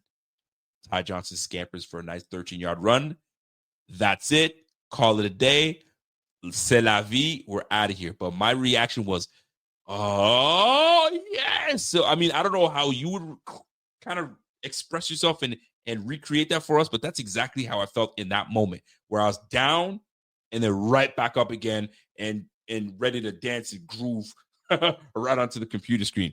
What were you thinking? I'll go prior to that when the Ravens are marching. They're marching to actually take this score. Well, good thing we don't have many cameras at the bot's parents' household because my immediate reaction, just to give you another example, after the Bernard forced fumble, my immediate reaction was to take my shirt off and pace around the kitchen 75 different times. That's what I immediately did. I mean, this is why I told you, Rico, I watch these games in closed environments because of moments like that. I need to be in a safe space because if I'm at a bar or something, I mean, I'm going to be TikTok viral within 30 seconds for all the wrong reasons. I can't be taking my shirt off at the bar, walking around like a maniac. Right. Now, when that drive started, Rico, I texted my buddies. I said, live bet Ravens touchdown right now. There wasn't a doubt in my mind. I have seen this movie far too many times. Yes. I would bet any amount of money the Ravens were going down and scoring a TD. You want to know what I added to that? I said, while you're at it, why don't you go ahead and live bet Mark Andrews to score? because that would be the most Billsian thing that would ever happen.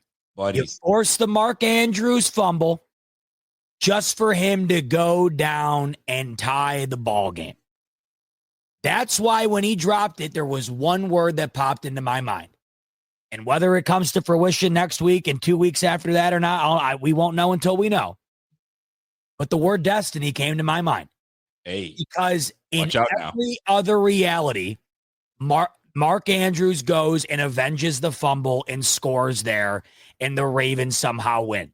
He dropped it. He dropped it. And I couldn't believe it. When he dropped it, I was so stunned I didn't even know what to do with myself. But you brought up a situation that I immediately went to, too. What's that? I hope Chiefs fans know how much 13 seconds has ruined my life, and it has ruined my mental capacity. It has ruined the way I think. Talk about it. I got my dad's getting phone calls from buddies. I got my buddies blowing up my inbox. Wow. Hopefully you guys get over the hump next week. Chiefs up next, baby. It's your year. And I'm responding saying, are you out of your damn mind? There's a minute and a half left. There's an onside kick coming up. Yep. The Ravens got a timeout. And if the Bills don't get a first down, how many seconds would be left on the clock? Probably anywhere from 20 to 13 seconds, something like that. You just said it. For starters, when Justin Tucker kicked that onside kick, you're immediately waiting for something bad to happen, and they get it. But when Ty Johnson, Rico, ran for that first down with ease, I pretty much fell to the floor.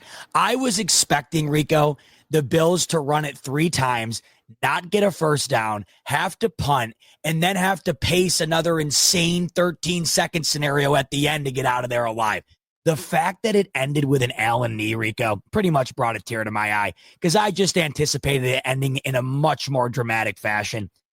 I sit here now in the same way I sat here when he dropped it. I can't believe he dropped it. They just replayed it on Sports Center here. I mean, Rico, Mark Andrews will go down too, right?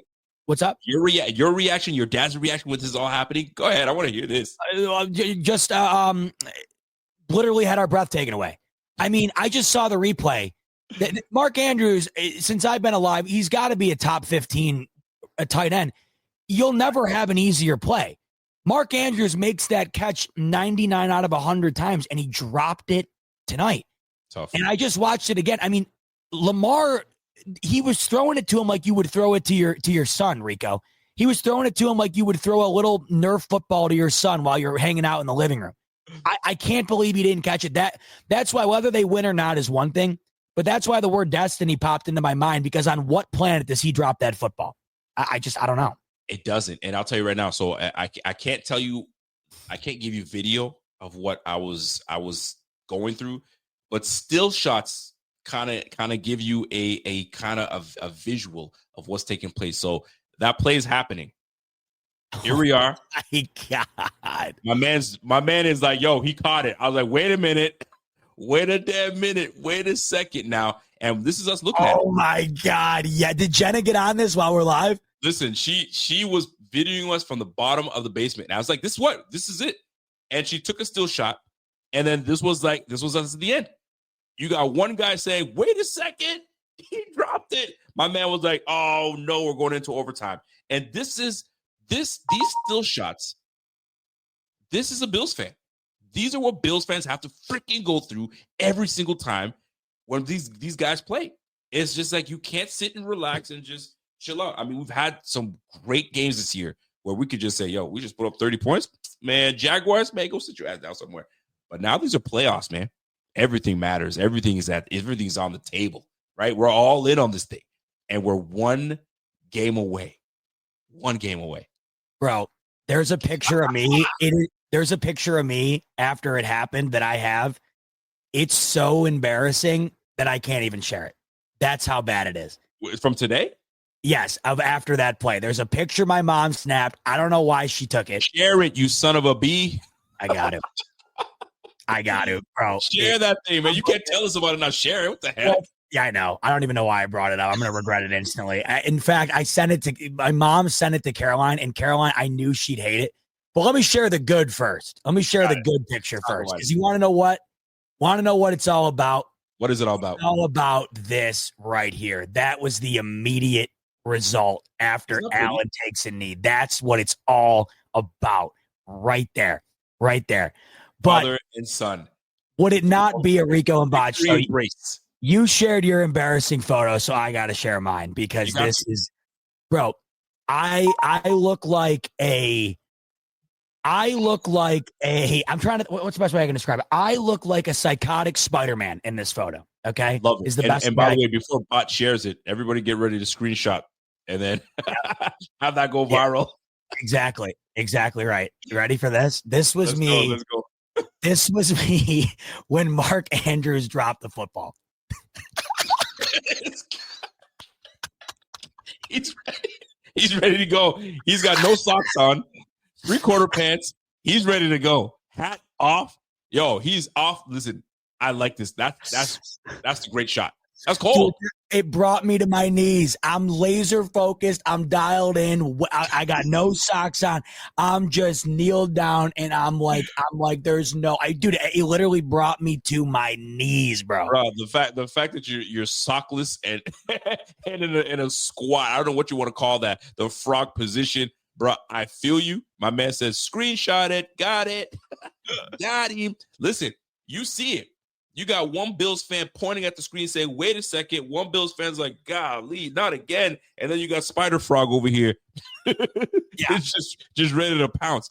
Bro, this is what Bills fandom it makes you do. It just makes you do crazy things. And what the beautiful thing about this all is it all ends in us dancing, smiling. Ravens fans are sick right now. I had one of my boys is a Ravens fan. He calls me, he goes, hey, spicy game, isn't it? I was like, too spicy for my liking. And we're up. The Bills are up.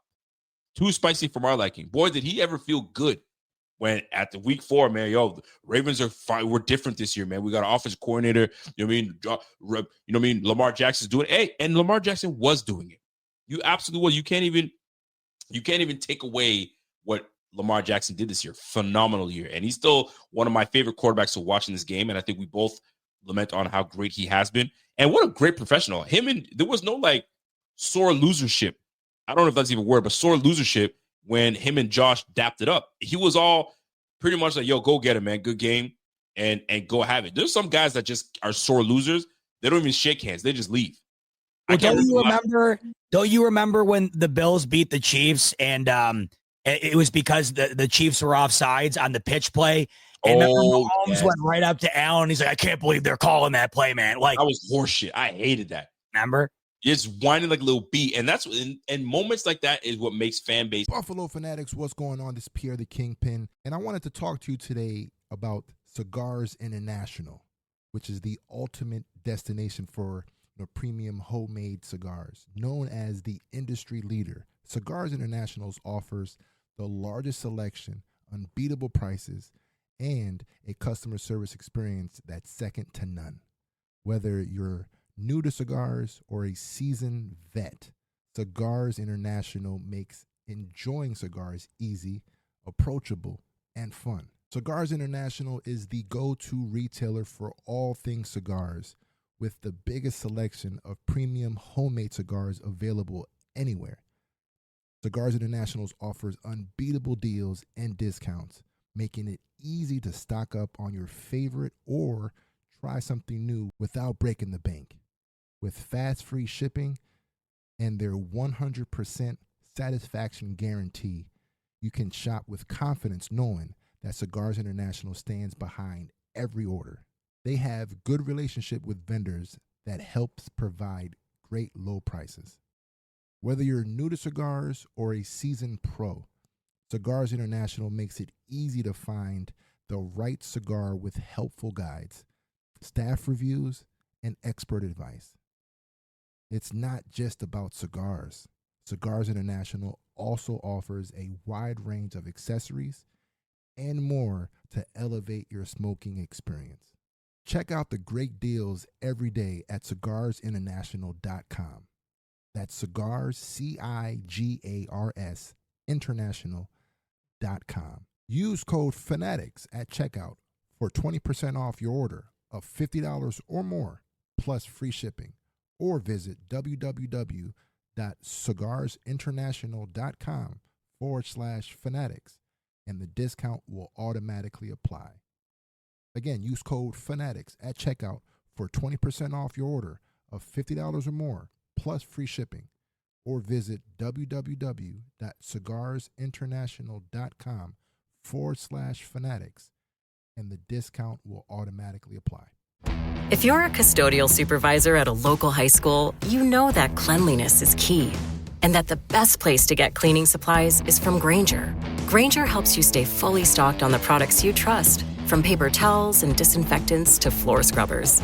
Plus, you can rely on Grainger for easy reordering, so you never run out of what you need. Call 1-800-GRAINGER, click Grainger.com, or just stop by. Grainger, for the ones who get it done. Is just like guys like Pat Mahomes, right? For moments like this, you'll never see Josh give you one of those.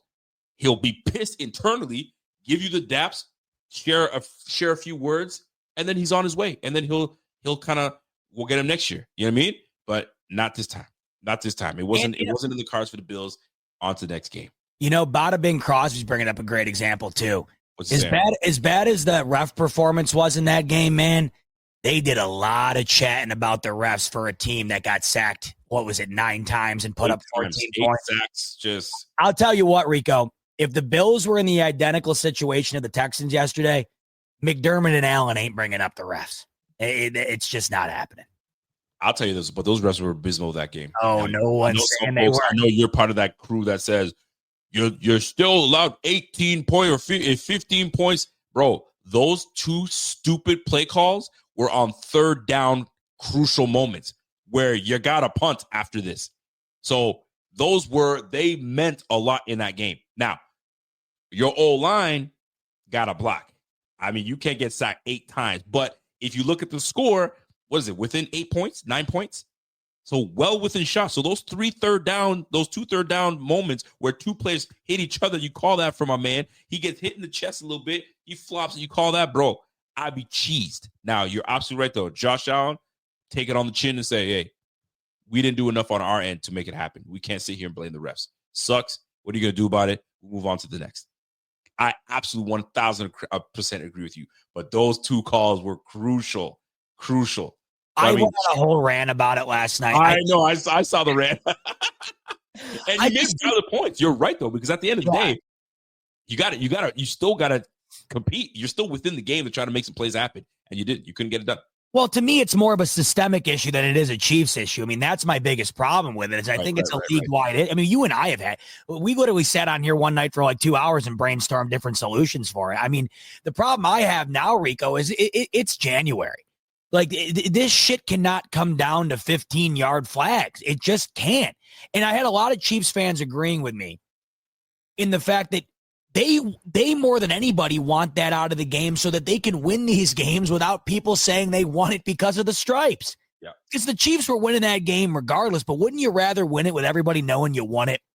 Facts. You won it wholeheartedly as opposed to winning it without some outside force that you get accused of. Yeah, I mean, I think we were all in agreement that there's definitely something that needs to be done. Whether it's done or not, I doubt. But I could give a damn about that right now, Rico. I'll tell you what. I could give a damn right now because I'm feeling good right now. I was just reading a message from one of my Ravens friends, and he sent me a message. I just read it now, so I'm gonna try to show y'all the screenshot of what he just sent me, because I mean, these guys are, you know how we get when someone doesn't play well. Caught him. He doesn't deserve to be on this team. We start to say some wild stuff, right? And it happens because you're in the moment. You're in the moment. By the way, I keep looking at that picture of you in that frog position. Absolutely wild. Yeah, bro. I mean, if you want a perfect representation of what this fan does to me, it would be that right there. It absolutely is. So my man hits me up and says, yo, Andrews should be cut. Here we go. Likely been the guy. He's like, Isaiah likely has been the guy since Andrews got injured. That's not his first drop of the day either. And those are moments where you have to say he's right, because there were some other moments that Andrews did make some drops in that game. But he was also one of the better receivers in the game as well. And you can't hate on that because he's been that guy for that team all year round, right? He did get banged up a little bit. Isaiah likely seems to be the new tight end that's going to take over. But sometimes it's just not in the cards. Sometimes it's just not in the cards for the Ravens. It felt like it was, just like in 2020. It really felt like that was the Bills' year, didn't it? We had the roster, so we thought. We had everything in place, but we lost because of freaking 13 seconds. So we all felt destined to be the team to go. And I truly feel that had we beat that 13-second Chiefs game, we were winning the whole thing. I don't give a damn if Joe Burrow was on the other squad. We would have whooped Joe Burrow's ass too, and then we would have went to the Super Bowl and beat the Rams. Promise you that. But it wasn't in the cards. It certainly wasn't in the cards. But this time, it might be. It might be. What are your thoughts? What are your thoughts on this right here? Bot is kind of built like a gorilla. Bills fan. Oh, I guess in that pose he's talking. Yo, it's wild. Yo, Bills fan. What you say, bro? Dude, they had me feeling like a gorilla. Like I felt like my brain had resorted from a human level to a gorilla level. Where I was. So when you're in that pose, what's your pops doing? Is he in the same somewhere else? Are we both in? If you think I had the wherewithal to look around the room at that point, I think he just faded into the ground. My mom, I think, passed out. I think my mom literally, yeah. You know what though? I ain't go cap. That's a funny picture. That's a funny picture. But that's what these Bills games, they have us doing wild stuff, bro. I'll tell you what, hey Rico, the next time our fandom gets put in question or whether or not we care, I guess I can flash that photo up. Right, there. you can flash him this one. You can flash him this one. You know what I mean? Like it's a contrast. There's a contrast of looking at two fans go at it. It's go wild. to the one before that. Go to the one before that. You know what I mean? You got the hug. You got this one here. See, look at that. You are locked all the way bro. All the way in. We don't play games, man. And then there's this. So I mean, shoot. Listen, it's the way things. That's just being a Bills fan. That's just being a Bills fan. That's just being a Bills fan. You just got to deal with it. It's just what it is. By the way, that should be your new profile pic. Dude, Caroline hates it. In fact, all of her friends were asking for her to send it. And they're like, she's like, I'm not going to send it. I'm not going to send it because everybody knows how insane I am. So now it's out there for everybody. Christmas card next year, bro. That's what it's got to be. But I will say this though, although this game had their downs, but way more ups. I will say this though, losing Taylor Rapp, I wonder how much that's going to play a part. Well, I'll tell you this: the silver lining to that point is the fact that Teron Johnson went back in. Rico, did you not see that and think, "Oh, win or lose, he's out"? I mean, the fact he went back into the game, I couldn't believe, Rico. But you're right. Is there an update on Rapp? We've been live since the game ended. Is there anything on your end that you've seen or no? Sorry, say it again. I said we've been live since the game ended. Is there anything you've seen on Rapp? On Rapp, no, I haven't. Well, I was trying to see what our guy Thigh Doc had to say because he's usually on it pretty quickly. I'm gonna just double check if he jumped in on there, but I'm not saying I'm indifferent on Thigh because on Taylor Rapp being injured because I like his physicality, I like his presence, but I also like the emerging presence of Cole Bishop, young player getting playoff experience. I like his size. He can stay with guys like Travis Kelce next week. So maybe this was, I don't want to call it a blessing per se, but this is not I'm not saying going, oh man, I can't believe this happened. So I guess we're going to have to wait and find out. Based on injury update from Taylor Rapp, it says it's a hip. And he's downgraded out. So I don't know. Hip mobility, you got to warm it up. Are you going to be able to run naturally the way you naturally do? I don't know if he's going to be in for next week, man. Yo, chat, let us know, by the way, if you've seen anything, let us know. I mean, I feel like we won't know, but it's not good, Rico, when you take the card off and you got to get x-rays mid-game. Yeah, that's messed up. So it doesn't look good. But the fact of the matter is this: we got Taron Johnson back in the game. That was huge. Huge. Do we see Micah Hyde get activated next week? That's where my mind went. But they got Eddie Jackson? Is it Eddie Jackson we have or whoever? I forgot who we have. So they might upgrade him. But you never know. They might say, you know what? Micah Hyde, let's go. Let's go. Why not? Doesn't this play out to be this way? Doesn't it play out to be this way? Dude, it's playing out in a way I couldn't have fathomed. I mean, I'm freaking out. I honestly, I am in a state of euphoria right now. I mean, honestly, I just wanted to get back there and have I just wanted to get back. And I said this before the game. This was a legacy game for both of these quarterbacks, win or lose. Like, even no matter, I'm not gearing up for a letdown, because I really do think this is the best chance the Bills have had. And I know I've said that before, but how could you not think that this way? But man, this game right here, this is why I want to enjoy it for a while, because it just felt like a legacy game for both these guys, man. And the Bills got out on top. And in my lifetime, when it's come down to these legacy defining games, these big games, they've been on the wrong side of it. And the way it played out tonight, man, I mean, if you go look at the box score, Rico, this is what's killing me.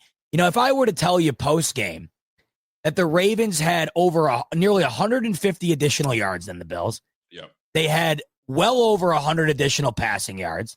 They had more rushing yards. They had 3 more yards per play. They had more first downs. They were better on third down. I mean, Rico, you would have thought they lost the game. No question about it. It's just the ability to win the game in a style that we are so used to them losing has got me feeling, it's got me feeling nicey, in the words of my man, John Gruden. Listen, Johnny Gruden. I mean, listen, there's a whole lot of things that you want to reflect on after this game, but those injuries are definitely going to be one that you want to pay attention to. So pay attention to that part to see what happens at that safety room. Taron Johnson is I know he came back in the game. What did he do? Was it just like did he dislocate his shoulder and pop back in? I don't know what the hell how it happened. I thought he was done for sure. He came back in. So we'll see how it all shakes out. Maybe Micah Hyde makes an appearance. Maybe they wait for him to make an appearance in the Super Bowl. Who knows? We'll see how it all shakes out. But listen, altogether, this game was fantastic. It was just nice to get a win, divisional win on top of that, right? It sucks. One guy had to lose. I'm glad that it wasn't our guys. We get to keep going. And Josh being able to lead us to where we are right now. I mean, Nate Burleson said Josh may not have had a huge statistical game, but he says he played flawless. That brother played flawless. And that's what's being said right now. He may not have had gaudy games, but he made the right plays, the right time, everything that needed to do it. He got it done. And speaking of conversations and what I'm being heard, so Stephen A. Smith is on here talking about this is not on Lamar Jackson. He did his job. Unfortunately, the great Mark Andrews, who hasn't lost a fumble since 2019 and doesn't drop passes, got stripped for a fumble, then dropped the 2-point conversion. That would have tied the game with under 2 minutes left to go. Tragic. First of all, there was 2 minutes left to go. That's number one. So you may have left too much time for Josh Allen. So we all don't know how that all plays out, but that's another thing. But Vince Young comes back and says, hey, stop it. If Josh threw a pick and a fumble, putting his team behind, no matter how he played and came up short, you would say he didn't get it done. Sick of you hypocrites. Golly, Vince Young. I don't know if it's the Vince Young that I think it is. It certainly is not. It's somebody else, but it is true. If it were Josh Allen that got in that position, y'all would have ate Josh Allen up. Y'all would have said he's not cut out to play with the big dogs. He's lost to Pat Mahomes. He's lost to Joe Burrow. And now looky here. He's lost to Lamar Jackson. So you can't use that excuse. It's over and done with, but I love it. I do have a question for you, though. Yeah. So I'll use the Chargers game. I would have much preferred the Chargers beat the Texans because I think they would have gave the Chiefs a better match than what the Texans gave the Chiefs. 100%. So in this way, us beating, at least you could say, oh man, the Texans won that game. Man, now they're going to get their asses beat next week. And we knew it was going to happen because we knew the Chiefs would have been, they're just not Chargers match up much better with the Chiefs than the Texans do. Us beating the Ravens, do you think people are going to be like, that matchup would have been so much better for the Ravens going up against the Chiefs instead of the Bills going up against the Chiefs? Do you think people are talking that way? Or are they saying, the right team won because the Bills match up way better for the Chiefs and they can probably take down the Chiefs and head to the Super Bowl? What are your thoughts on that? Having either team go against the Chiefs? The Bills have been built to beat the Chiefs. Of course, they match up better with the Chiefs. The Bills' entire that the entire Bills organization has been built the last 3 years to try and beat the Kansas City Chiefs. Plus, last time I checked, and not putting a whole lot of stake in what happens in the regular season, just like I didn't put a whole lot of stake in what happened in the Bills-Ravens game week 4, you can't overestimate the fact that the Bills handed these Chiefs their only legitimate loss since Christmas of 2023. I mean, that's a fact. Yep. And they did it by scoring 30 points, which no team had done on them in like 2 years. And let's be honest, this makes it official. Mahomes Allen is the new Brady Manning. It just is. There's not a soul on the planet who doesn't want to watch Bills Chiefs for a right to go to the Super Bowl. And there's not a soul on the planet outside of the Kansas City area who doesn't want to see the Bills beat them. You know, either way, we were in store for a hell of a championship Sunday. You got an NFC East showdown with Jaden Daniels putting together the best rookie year we've ever seen. And you would have been guaranteed one of the 3 best quarterbacks in the league taking on the best quarterback in the league. This is everything we could have possibly hoped for. Because not because we're begging to play the Chiefs, but because we have always wanted another crack, win or lose. We're not shying away from it. I mean, this is what it's all about, the biggest stage. But this time, Rico, unlike the last couple of years in the divisional, this time around, it's for the damn right to go to the bowl. And the last time the Bills were at, Rico, I'm about to lose my shit. It's really just hitting me right now that this game's for the bowl. Talk about it. Rico, I got to calm down.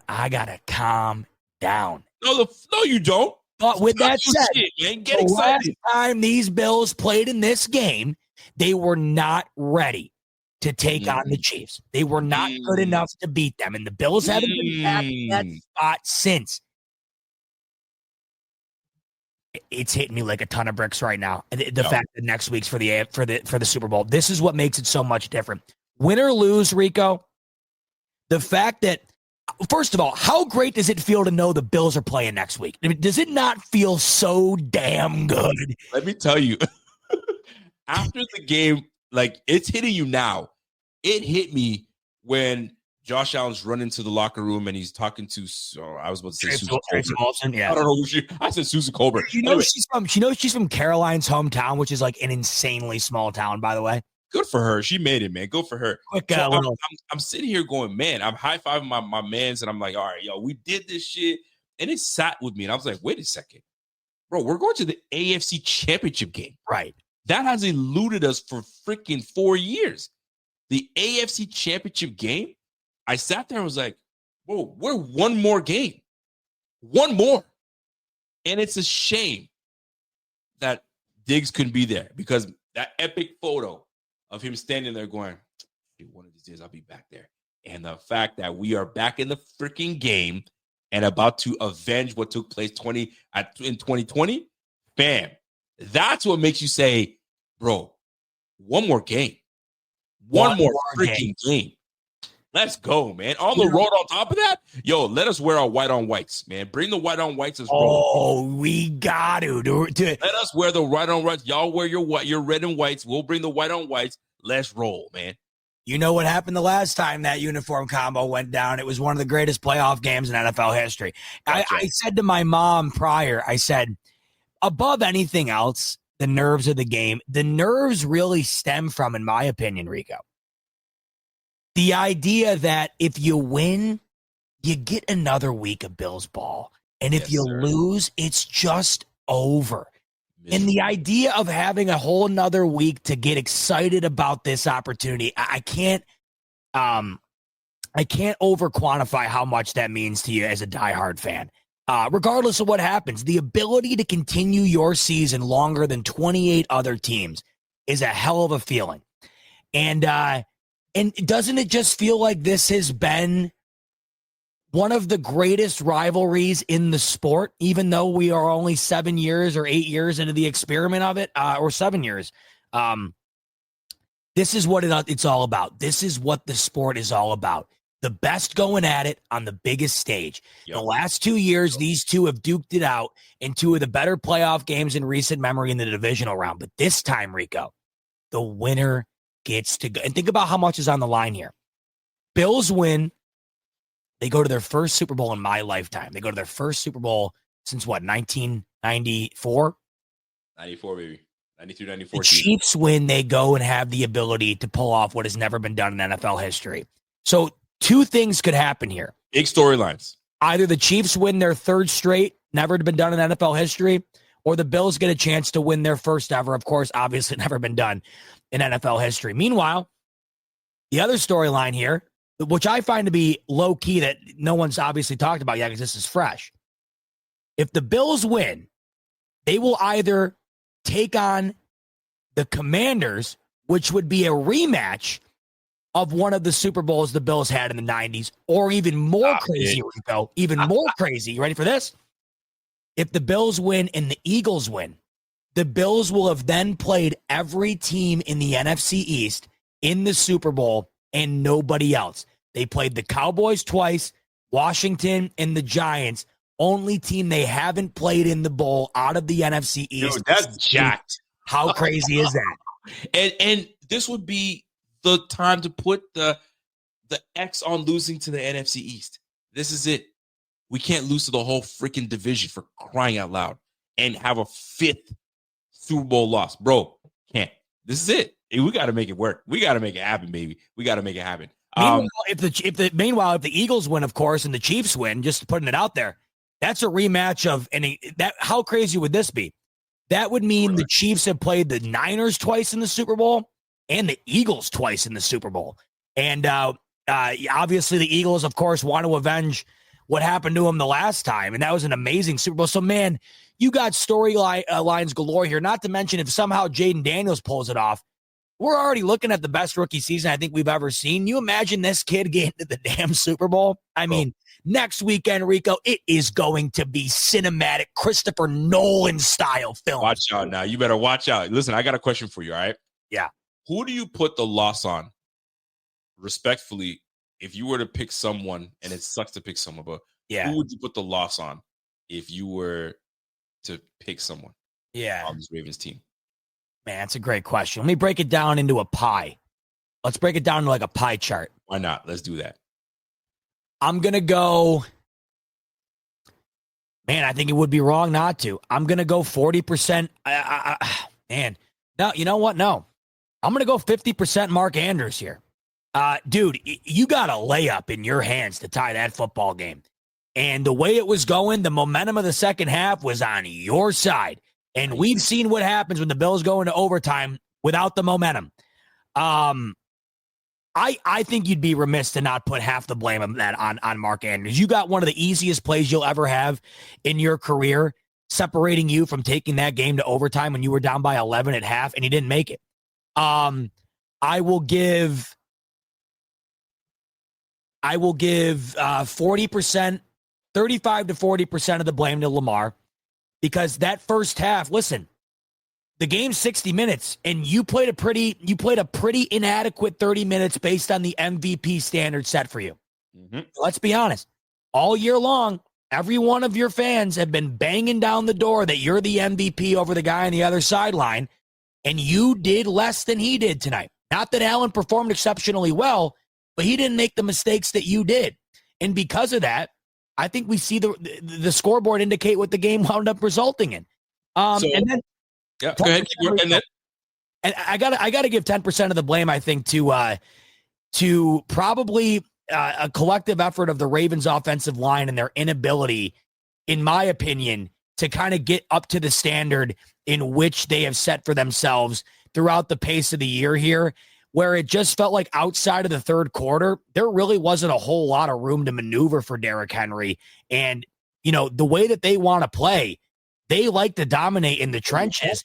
They allowed the Bills to get after Lamar tonight more than we've seen pretty much all year. And they really allowed the defensive line of the Buffalo Bills to kind of take Derrick Henry out of the game for 3 quarters. So here's the deal. My man, 50% blame on a player that only accounts for 1/3 of the turnovers, while Lamar accounts for the other 2/3. You sounded like a Lamar fan, Z-Bot. That's not the point I brought this up, but here's the reason. Because I'm going to call you a loser. Let me respond real quick to Lamar. You got a point? Do it. Well, I just want to say real quick to Walt. The only reason you got to think about it in terms of the moment of the game. If Andrews catches that ball, Lamar is going to be viewed as a hero tomorrow night or tomorrow morning on every radio show and television show for making that comeback in the second half. That's where I give less blame to Lamar, because when the moment was the biggest, Lamar led him down the field and had that game tied up if he didn't drop it. That's where I got to give Andrews more blame than Lamar, in my opinion. And don't forget, Andrews fumbled. Yeah, also, that was a second drop pass in that game. Right. So let me put it this way, because I asked you that question because you're a loser if you know that, right? I need you to know you're a loser if you think that it was on Lamar or Andrews, because according to Dan Orlovsky, if you put the loss on Lamar tonight, respectfully, you're a loser. Okay. Mark Andrews is one of the all-time Ravens. He had a brutal drop and fumble, yes. If you're going to use that to trash him, respectfully, you're a loser. So Dan Orlovsky is calling you a loser. I don't know how else you can look at this. I mean, listen, somebody's got to take the L. Exactly. You can't just lose the game, but everybody played honky-dory. Bro, the Bills played an amazing game against the Chiefs, but we lost. So somebody had to wear the L. So you can't say, respectfully, this is where people get pissed off with Dan Orlovsky, where nobody can take an L. Everybody's honky-dory. Bro, you got to take the L. You got 2 turnovers coming from Lamar Jackson, an ill-advised, stupid throw that he made. We're like, what the hell was that? Because Josh has made those throws before. We're like, what the hell was that, Josh? The fuck was that? So same thing goes for our guy, Lamar Jackson. And then you got Andrews that fumbles a football in a crucial moment when you're driving with 8 minutes on the clock, and then you drop you got to wear the L. Respectfully, I'm not going to, Dan Orlovsky, he's got to wear the L. You can't be the nice guy all the time. I'm sorry, but that's just what it is. So, no, Rico, you nailed it. I really like Dan Orlovsky a lot, but this is Dan. If I had Dan in the room with me, this is what I'd say to him. Dan, you're on First Take all the time on ESPN. All you guys do is sit around and post blame on guys and defend one guy over another guy. All we ever do is dissect these games based on level of blame. And if you got as good of a tight end as you're telling me he is, and we all know that he is, a crucial fumble that was the biggest play of the game, a big drop early in the game, and the biggest drop of his lifetime, sorry, I think Mark Andrews would be the first to tell you that he probably deserves the majority of the blame. So I have to respectfully disagree with Dan there. Listen, I mean, at the end of the day, nobody wants to wear the L. Nobody does. But now they have to take that L and turn it into a lesson for next year. The same way the Bills had to do it in 2020, 21, 22, 23. Bro, we've been taking our L's, but we finally put it together, and it sucks. But sometimes, listen, somebody mentioned here, Peyton Manning took him 9 years to get his first. All right? So we're pushing to it. We're trying to get there. We got one more game to go. It's going to be a tough game against these Chiefs. It's just going to be fun. We're going to enjoy it today. But we got a whole lot of super chats. Yeah, we do. We got a whole lot of super chats to read, so we're going to get right to it. And we appreciate y'all for tuning in. Do us a favor. If you have not, done 2 things. If you haven't followed us on social media platforms, go ahead and follow my guy Z-Bot at Z-Bot Tweets. Go ahead and follow me at Rico_BF_. And go and follow the Buffalo Fanatics. If you're new to the channel, Buffalo Fanatics on Twitter, Instagram, the whole shebang. And by the way, shout out to those that thought they lost TikTok and it's back again. I don't know what the hell happened. You had people going for a frenzy. It's back. Here we go. Super chat number 1. Mitch Lobster, the lead Robster. What's up, Mitch? Money Mitch in the house. He goes, let's go, boys. I respect Lamar for what he's done for the QB position, but I've always doubted him in the playoffs. Not trying to hate, but history shows he shrinks worse than Diggs. Speaking of, you sure, Stefan? BF is the best YouTube channel, baby. Get it. Here's what I got to say about this. We were just talking about Lamar and how Lamar, he essentially willed his team back, right? No different than what Josh was able to do. And then not on Josh. Josh did his job. Lamar did his job, although he had some turnovers in that game. But he did his job enough to give his team an opportunity to tie the game and get going. It didn't pan out. But at the end of the day, it does fall on the quarterback. It falls on some of the executions they missed on.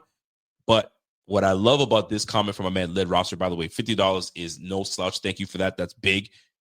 What's big on this is we did this without those big names. Diggs, Davis, Poyer. Hyde is on the squad, but he ain't playing, right? We lost leadership on the offensive line, bro. And we're in the AFC Championship game. I saw a tweet from was our former linebacker. It's eluding me right now. He played for the Jets, played for Miami. We drafted him when Rex Ryan was on the squad. Linebacker, edge player. It's not coming to me in the chat. Somebody will let me know. Blake bad. You guys know what I'm talking about. He says, man, this win makes me feel like I'm part of this win because he's played for the squad so many times. It makes me feel like I'm part of this. That's how much people love this Bills team and happy with this Bills team. Not Kiko Alonso, black man. He played for Miami, and then he see, why am I not getting it? He got drafted 13 overall. Was it 13 overall or in the second round, first round? Oh, Shaq Lawson. Golly, man. Shaq Lawson was like, I'm so happy for this team. I felt like I won in this game. That's how much the Bills have so much love coming from their way. So love to see it. Love to see it. By the way, GQ Bob, what up, GQ? Sends some love. Appreciate you. 444 block says, yo, snatch that chain. Hey, Rico, say it with your chest. We snatched that thing off of them, man. That's it. Give me that. We deboed them. Give me that stuff, bro. What do we got? We got, what's that say there? Save a whale, ride a running back. There you go. That's it. I was like, what the heck? What's save a whale, ride a running back saying? Let's effing go. I love the way the Bills game plan against the Ravens slowed and even had several tackles for losses. Yeah, there was a point in time where they flashed the graphic. They were up to 7 tackles for losses in that game at one point. I don't know what they finished with, but it was at least 7, which is probably more than you would have guessed. So hyped, and let's go BF as well. Go ahead and hit that button for Save the Well, baby. Love to see it. What do we got? Signified knows. Signified is pumped. He's jacked up. He says, hey, man. Hey, Ravens fans, eat a pile of doo-doo. Go Bills, man. That's simple as that, man. Yo, go eat a pile of doo-doo, man. That's all we got to say to you, man. Signified knows. Hey, Signified knows comes back again and says, yo, my heart rate got as high as 185 BPM on the last play according to my watch. Golly, that's high. Yo, I bet you mine was up there, if not worse. I'm telling you right now. Dude, when I was in that gorilla stance, I bet you my BPM was probably 220. It was freaking crazy. I'm sure it was not pretty high, man. Save Whale says, hey, 6 All-Pros versus 1 All-Pro. Defense played great, had several tackles for losses. Let's freaking go, man. Let's freaking go. This is exactly right. I'm so glad he brought that up. It's a point I wanted to make earlier. This felt like this was the best version the Ravens could put out on the field. In all seriousness, this was supposed to be a soft reboot year for the Bills. And they just beat the MVP and the 6 All-Pros with 1 second-team All-Pro. That's the other thing that's impressive here. So when you want to throw out that the Bills got lucky, when you want to throw out that Allen didn't play great, well, the team that had the 6 All-Pros and the MVP should have been able to overcome that performance then, right? They didn't. And that's the thing that's impressive to me here. I like it. I'm actually glad that was brought up because it makes all the difference. And all these All-Pros and Pro Bowls and all that stuff, that matters, man. Because these guys look at it and be like, all right, well, they didn't see us as good enough to be recognized by our peers. So let's go show them and win this whole thing. I love it. Love every bit of it. Jay Money, appreciate you with that big super chat. He says, yo, let's effing go, fellas. MVP 17 all day. Give me the buzzer, Rico. I got you. Nobody picked us to win. KC, here we come. And he's right, man. These boys are going to enjoy this game tonight. And tomorrow they're gonna get better and look at each other like, yo, one more game, fellas. One more game. Let's lock in. Let's lock all the way in. I wonder how KC's feeling. KC's probably like, all right, boys, Buffalo's coming to town. Let's go. I mean, they got to be feeling, even though we haven't won one of these, Rico, yet, they got to be feeling like we're feeling. It's like, man, bring on the show. We know we're about to get treated to an absolute classic because that's what happens every time these two match up. Oh, man, it's gonna be freaking fun, man. Lewis comes in and says, defense came through with the toughest assignment, point blank, period. Nah, that's a great point, man. They did. This was a tough assignment. Oh, yeah. This was a very tough assignment, man, because everyone had us pretty much not doing well. Derrick Henry, if he goes off, it's over with. Then you got to contend for Lamar's legs. So Derrick Henry, Lamar's legs, and Isaiah Likely, Rashad Bateman, all that bullshit. No, it's over with, bro. That's why you play to win the game, right? Every game there's a game within a game. And this is what I love about football. Football is complex that way. There's a game within a game. And that game within a game is DB versus DB. Linebacker spying Lamar. That's a whole nother game in the game. So Lamar, I'm sure, wanted to do a whole lot of things, but he understood, they're going to spy me all day. So I got to stay in the pocket because the minute I'm out, that's it. Lamar had a big run. I think it was his longest run. And the longest run that Lamar had, I can tell you right now, real quick, because it was crucial. Probably like what, 12, 13 yards? I'll tell you, it was his longest run. It was a 16-yard run. Okay. And that 16-yard run came because Milano just mistimed it, and he got caught in the wash. Yeah. And then my man took off 16 yards. That was it. There was none of that again. Milano locked in, was like, nah, bro, where you go, I go. And I got enough speed, and I got enough awareness to know what you want to do. Problem is, some of the guys didn't really fulfill their needs on the back end, but that's okay. We did enough plays to get the job done to us. And you know what, by the way, remember you and I were having a conversation, like, is there an idea of maybe letting Dorian Williams keep his hot streak going or whatever? Bro, Matt Milano balled out tonight. Give it to him. Give it to him. Matt Milano, how many tackles was he in on? I don't know, man. My man was bouncing around like a freaking ping pong ball tonight. Matt Milano, three total tackles today, one solo. But what was crucial, he had 3 QB hits. And in total, we had 5 QB hits altogether. Matt Milano, 3 of them. Put it on, man. That's what I say. Jesse Snow, $10 super chat. I appreciate you, Jesse. Jesse comes in and says, man, those MVP chants from our crowd were awesome. The win feels so good after all that trash talk this week. Let's go, Rico and Bot. Hit that horn. I absolutely love when people ask for the horn, by the way. I freaking love it. Love it. We just remind people, by the way, we got 4,300 of you in here right now. 4,300. Let me remind each and every one of you. Go ahead. Bills are going to the AFC Championship next week. I can't get over it. It's really just sinking into me, Rico. Unbelievable. Love it. We got Jay Money in the house. Says, yo, damn Z-Bot. Dudes, hold on. What am I reading here? You can take that over. I don't know. Damn Z-Bot does not take a damn breath on that rant. You go, Z-Bot. I will tell you something. There's an art. There's an absolute art that it takes to be able to make your point long enough that you get everything in it, get all the emotion out of it. And I'll tell you, you're one of the best that I know that does it. There's a lot of guys that can rant and go on a good rant. Bro, you're on the money. When you rant, let you cook. Let my man get in the kitchen and do what he does. I don't say a peep. I just say, go ahead, bro. Cook that thing, bro. You got it, boy. So I got to measure my blood pressure on one of these rants and one of these times. That's what I got to do. See what's up with that. No, you ain't got to rant. You ain't got to measure anything, man. When your boy's cooking, man. I love it. And by the way, speaking of cooking, Too Crispy came through and says, yo, let me get crispy and join the big squad and join the screw. Let's go. Listen, thank you for joining, folks. If you guys have not joined and become a member of the Buffalo Fanatics, go ahead and follow Too Crispy's ways. And I tell you right now, man, it's support. You guys love the brand. You don't have to, but the fact that you do, we appreciate it. Big love to Too Crispy. Too Crispy on that thing, man. John DeFazio, what's Johnny saying? Johnny D is saying, McDermott presser, and I quote, these fans are not losers. They are winners. Been here for 8 years, and I consider Buffalo home. Damn. We are the better team. Rico, go ahead and hit that bell for Shawnee McDermott. We are the better team. I like that, Shawnee. Shawnee McDermott talking his ish. Listen, man, you got to give it to Sean McDermott, man. The fact that, and it makes me have to rethink things.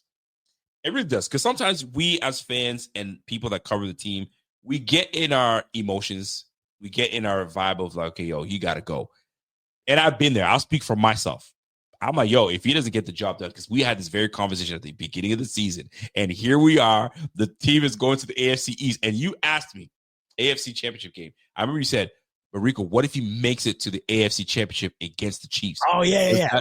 Does that buy McDermott time? I sat there and said, Oh, that's a good question. That's a good question. I don't know. I don't even know if I answered that question, but I remember you asked me that vividly because I was like, ooh, I don't know. Like, it depends on how the season goes, but the fact that he made it and what we went through all year long, how do you move on from something like that? The team still believes in him. They still play hard for him. You got to bring him back. Shoot, I got to bite my tongue and say, yo, I'm good on my guy. He got to stick around. I mean, shoot, I'm like this though sometimes. You know what I mean? So like a typical Bills fan, but if I'm putting just the old brain and emotion out of it, it just makes sense to keep the guy that the team still believes in and plays for. And I mess with that guy, man. That's my guy, man. I'll tell you now, you got a better chance of going and diving in your local pond, getting bit by a shark, and then struck by 2 lightning bolts than Sean McDermott losing his job next week. Big facts. Let me tell you something else, Rico, because we just had a new member from my man Crispy.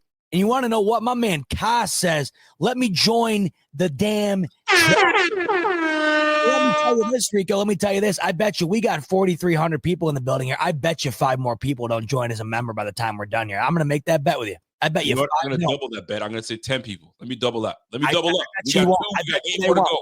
8 more to go. Let's keep it rolling, man. 4,300 of you in here. I bet you 10 of you don't got the stones to get that member. Listen, don't let me lose that bet, baby. Let's go. Richie Fresh comes through and says, boys, we're going all the way. I was in tears at he was in tears. I was in tears at the end of that game like a baby. Just a feeling. AFC champ game at my house if you can make it. DJ, etc. Listen, I feel you. Let me hit that for you. Because my man Richie Fresh has been saying, yo, I'm ready for y'all to come through. I'm ready for y'all. And he said, if we make it to the Super Bowl, he says, my house, he says, mi casa, su casa. So just keep that open. I even told the wife the other day, I said, I was in the car with her yesterday. I was like, hey, by the way, babe, I'm just letting you know, the Kansas City Chiefs are playing right now. If they lose and my Bills win tomorrow, I'm going to Buffalo. She turned and looked at me. She's like, yeah, I know. I was like, babe, you got to love Jenna. That's why I love you. You only got to fight me on it. You know what the deal is. What a queen. Kansas City, man, they handle their business, so that's what matters. Houston sold on our ass, man. Man, CJ Stroud, bro. Great first year. Second year was a rough one for him. But that O-line's got to be better. You got to get him a better O-line. Got to be better. Griffin Music. What's up, Griff? Griff says, yo, Ravens fan, y'all were better. Josh Allen for MVP. He beat Mahomes and win the whole damn thing. Wow. Bro. Go ahead and hit that bell for my man. We absolutely need to beat Mahomes. Like, why not? I mean, that's what I love about sports, by the way. Whenever a team loses to another team, it's not like being bitter and salt and whatever. It's like, bro, all right, y'all beat us. Yo, go win the whole thing now. Yeah. Because I would feel better if when we lose to a team, like when we lost to the Kansas City Chiefs in 2020, right? And I was like, all right, that's a good squad. That's a good squad, right? And it is what it is. It is what it is at this point. When these boys keep winning and we lose to this squad, at least we lost to the championship team. So we have an opportunity to go out and handle business. Ravens are like, yo, y'all beat us. We felt like we were the team to beat. Yo, go handle the business and win the whole thing. And shit, we got to do it. By the way, the early lines are out. What? Guess how much the Eagles are favored by the Commanders, and then guess the Chiefs-Bills line for Sunday. All right, so Commanders are on the road, but both games that these two guys played, it was a 36-33 win for the Commanders. But Hurts got hurt in the middle of the game. What's that? Hurts got hurt in the middle of the game. Did get hurt. Okay, good call. Good call. And then the first game that they had, it was an 8-point game. That was it. They lost by 8. So I say it's a 5.5 spread. Hit that bell for yourself. You nailed it on the top. Come on. 5.5 on the money, baby. That's you what I nailed it. 5.5. And I like it. And I'm taking the Commanders. I'm taking the Commanders. Canada, I fucking love this Commanders team, and you got to take them. Listen, they've got some key defensive players on that squad that are nice, man. Frankie Louvu can play, and Bobby Wagner, he's got something to prove, man. Those two linebackers are doing it. Young defensive ends, bro, and they're loving what Jaden Daniels is doing. But fuck, Eagles defense is sick. Eagles defense is nasty. They're gnarly, bro. Yo, Jalen Carter is I don't know how you do with that guy, but that's the Bills line. Ooh, Bills line with the Ravens. All right, so with the Chiefs. So last time we played them, we beat them by 9. And ever since we played them, we've all been. Regular season we own it against the Chiefs. But anytime we play in the playoffs, it's usually a tight game. So I'm gonna say they got the Chiefs because they're home at, I'll say 3.5. Chiefs -1.5. Oh, wow. Wow. Here we go. I like it. I know. I got 2 things for you. One, how about my man Sergeant Slaughter becoming a member of the squad? Hit it. Let's go, baby. I appreciate you. I see it. We said we wouldn't get 5 of you. That's one. We got 4 more. I got to read another comment, by the way, Rico. This made me laugh so hard. Aaron Allen goes, keep the super chats coming. They can't sign off with chats to read. What a time to be a Buffalo Bills fan. Aaron Allen wants us in here all night long. Love it. Let's keep it rolling. Because we're having a good time. Chris Matlock. What up, Chris? He goes, and we finished the game healthy for the most part. They were flying. FKC, it's go time. Much love to you. Much love to you as well, man. For the most part, we got away with it unscathed. I like what we were able to do, and I just like our matchup with the Kansas City Chiefs. And what we have, I think we'll see a lot more utilization coming from our wideouts. I can't wait. I actually can't wait. I'm excited for it, but I really want to see how Taylor Rapp is doing and Taron Johnson. Although he came back in the game, can he continue? And does it get worse? Does it flare up? We'll see. We'll get our boy Thigh Doc to let us know what's really going on. So keep an eye on Thigh Doc. But it should be fun. It should be fun to see what takes place. Like I keep saying, win or lose, man, it does not get better than Allen Mahomes for a right to go to the bowl. It just does not get better than that in all of sports. Nah, no question about that. Scott Dubs. What up, Scott? Scott says, yo, the 3-peat is incoming. Oh, here we go, Scott. Respect to you guys and love your channel. See you at Arrowhead next week. Bills Mafia, Chiefs Kingdom. Listen, I love a respectful fan that comes in and says, hey. Oh, it's my favorite. Y'all are cool and all, but y'all got to come through us. It's just Chiefs Kingdom over here. I'll tell you, man, I got a lot of love for these Chiefs fans. It's ever since my just 3-hour cry fest a couple of years ago. We have become, I would say, somewhat friends with a lot of these really cool Chiefs fans, and I love it. I think it's great. It's just a perfect emblem of the rivalry that has been created. We really love it. It's awesome. I will say this, so I've gotten over the years, I've gotten a lot of, man, I wish that you guys were them covering our squad. Do you get that a lot? Because I see that all the time. Over the years, man, I wish that you guys, we don't have enough guys that do this, da. Listen, man, Bills Mafia, we are so lucky. We got so many content creators for Bills Mafia. If you want to catch anything anywhere, yo, you can hit up Cover One. You can hit up Overreaction Pod. You can hit up you'll be Built Buffalo. You can hit up Joe Marino. You get up. There's a whole lot of these cats that are doing it. If I missed a few, y'all know what time it is, man. Like, the only reason you're missing a few is because there's so many great ones, Rico. Buddy, man. So we appreciate that we are ones that you guys appreciate and you want to tune in with. Let's keep it rocking. Anthony 9805. You got me thinking of 93. Hold on. I just want to say, if we were covering the Chiefs in a different universe, I think you and I don't even know if we would have made it this far. I think we would have had 7 heart attacks by this point. How is that even possible? Buddy, with the way their season went down, block field goals here.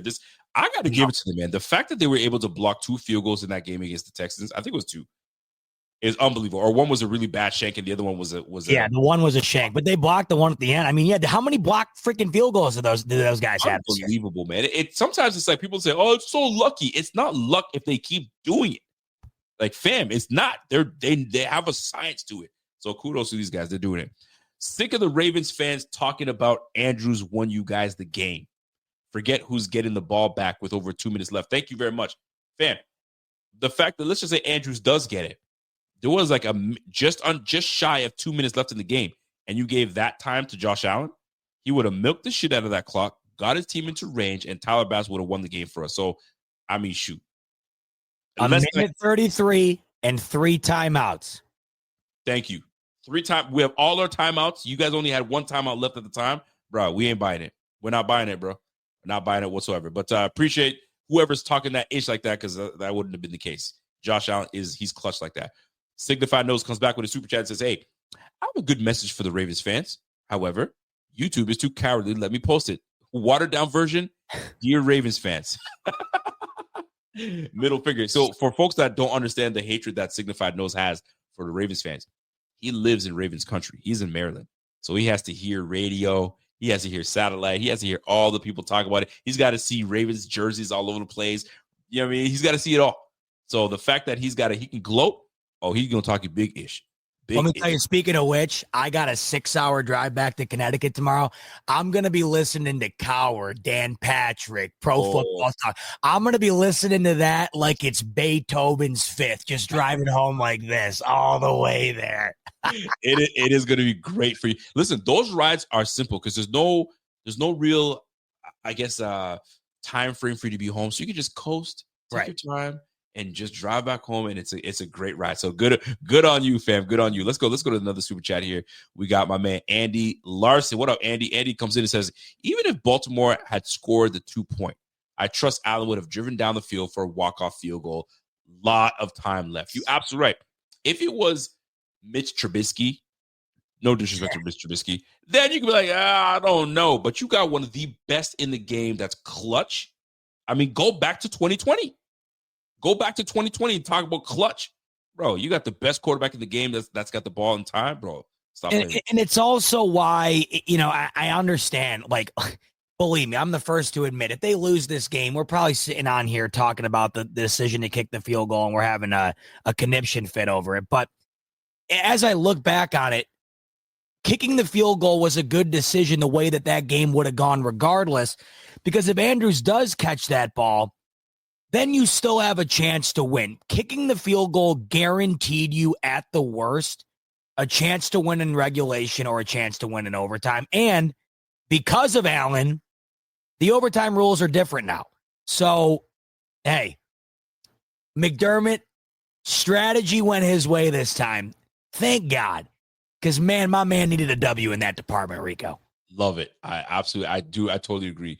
By the way, shout out to my man, John Formicella, with a big super chat. What kind of currency is that? THB? So let me tell you what kind of currency that is. That is Thai. So my man John is a friend of mine that we've become friends over these airwaves.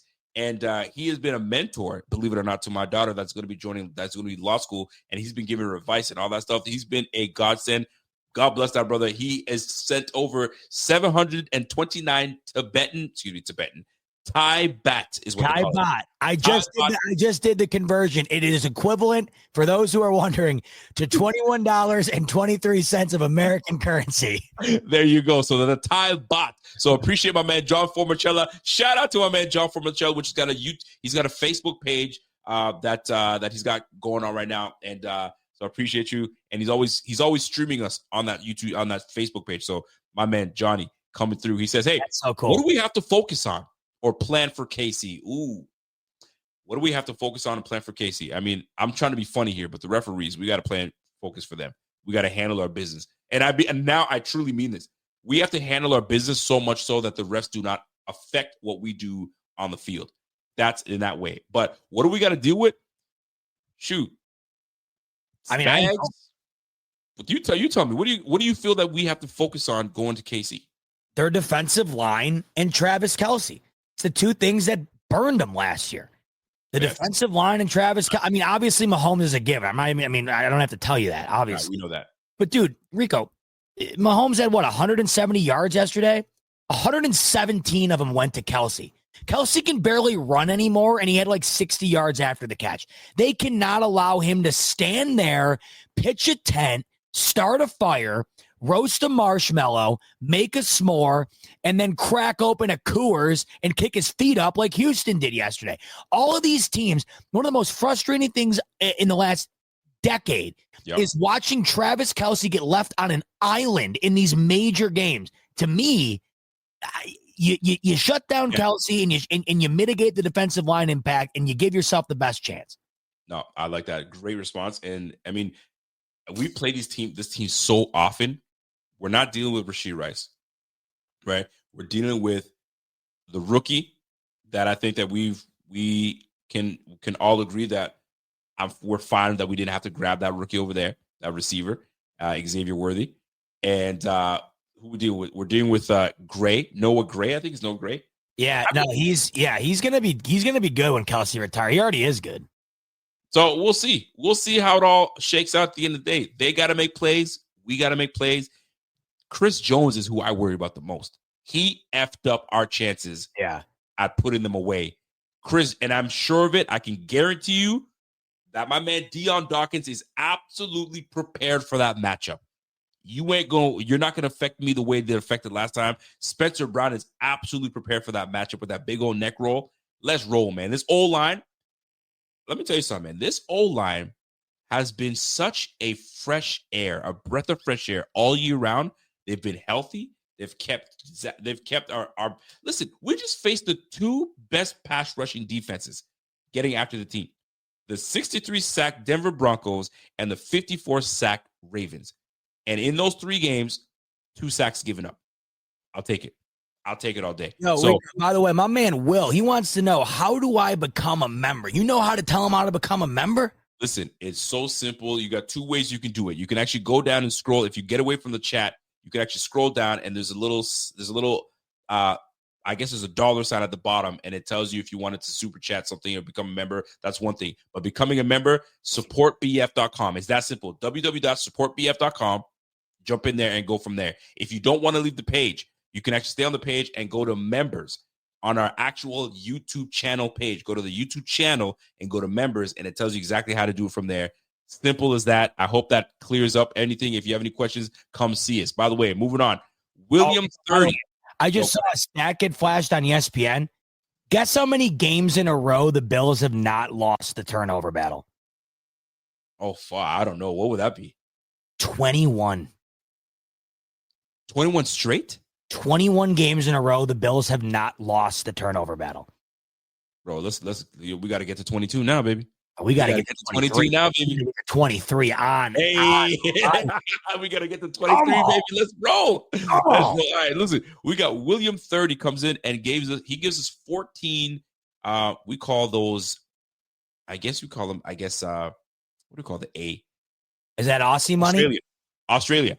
Yeah. From Australia. I don't know what they call the currency over there, but Australian currency, which actually equates to $8 U.S. currency. Appreciate you, my man. He says, yes. Enough said.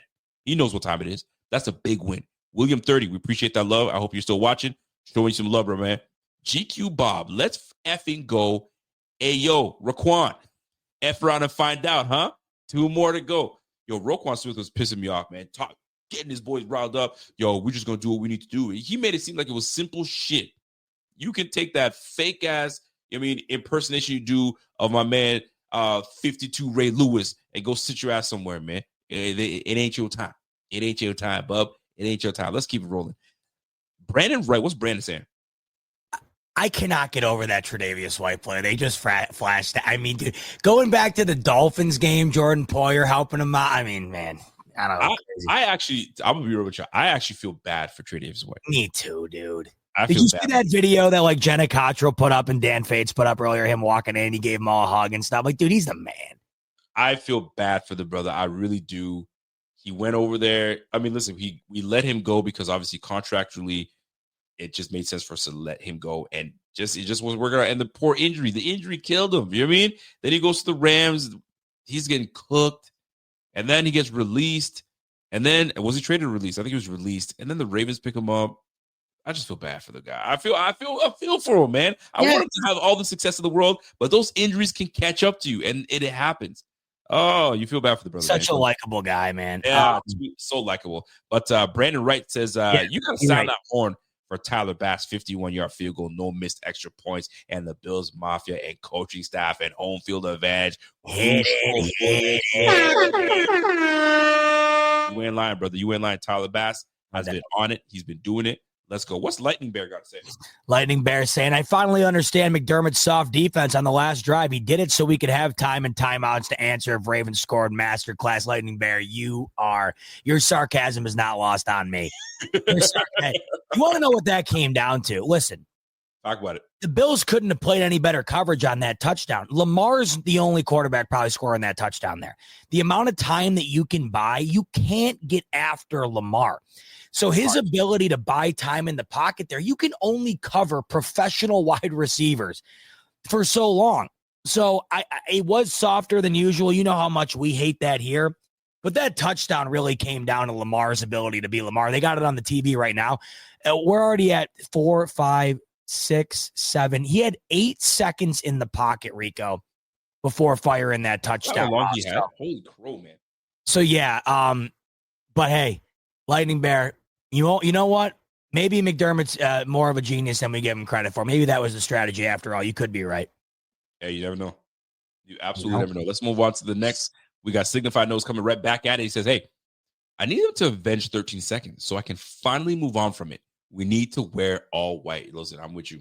I'm absolutely with you. We got to do it. Let's keep it rolling. Scott Dubs, the Bills will forget their strengths and losing KC. Now, Scott Dubs, you know that ain't going to happen. I know you're a Kansas City Chiefs fans. I get it. But we're not going to forget. How do you forget what got you to where you're at when you're playing the Kansas City Chiefs? No, sir. Not only will we not forget, we're going to ramp up. We're absolutely going to ramp up for your ass. I'm trying to tell you, Scott Dubs. Anyway, Edic has been a member for 38 months. He's been holding, or she has been holding it down. Love the win, but I felt that the Bills held back in the second half and irritated me. Why do we hold back on the good-sized leads? Let me get this one. It's not about holding back on the good-sized leads. This is the NFL. Adjustments have to be made. You're going to get a more aggressive, I guess, play call out of the offensive coordinator. And defensively, you don't want to give up a big play. You also want to keep things in front of you. So it may come off as you're being passive or too conservative per se. But sometimes it's just a mixture of both. You're going to have a team that's going to be ready to throw the ball. So now you're like, I got to be in pass coverage. But if you blitz or you become too aggressive, you're susceptible to big plays. So what I feel the Bills are trying to do was not give up big plays. If you're going to score on us, you're going to have to, waste time and chunk all the way down the field.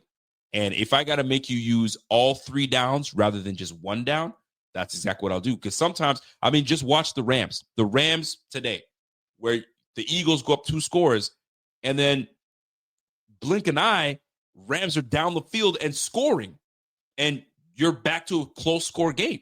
So those are the reasons you don't want to be too aggressive, because big plays like that happen. So you want to make them earn it. So if you want to make them use 3 downs, so be it. You're killing clock. You're gassing yourself out. And hopefully I can make it stop and make you take 3.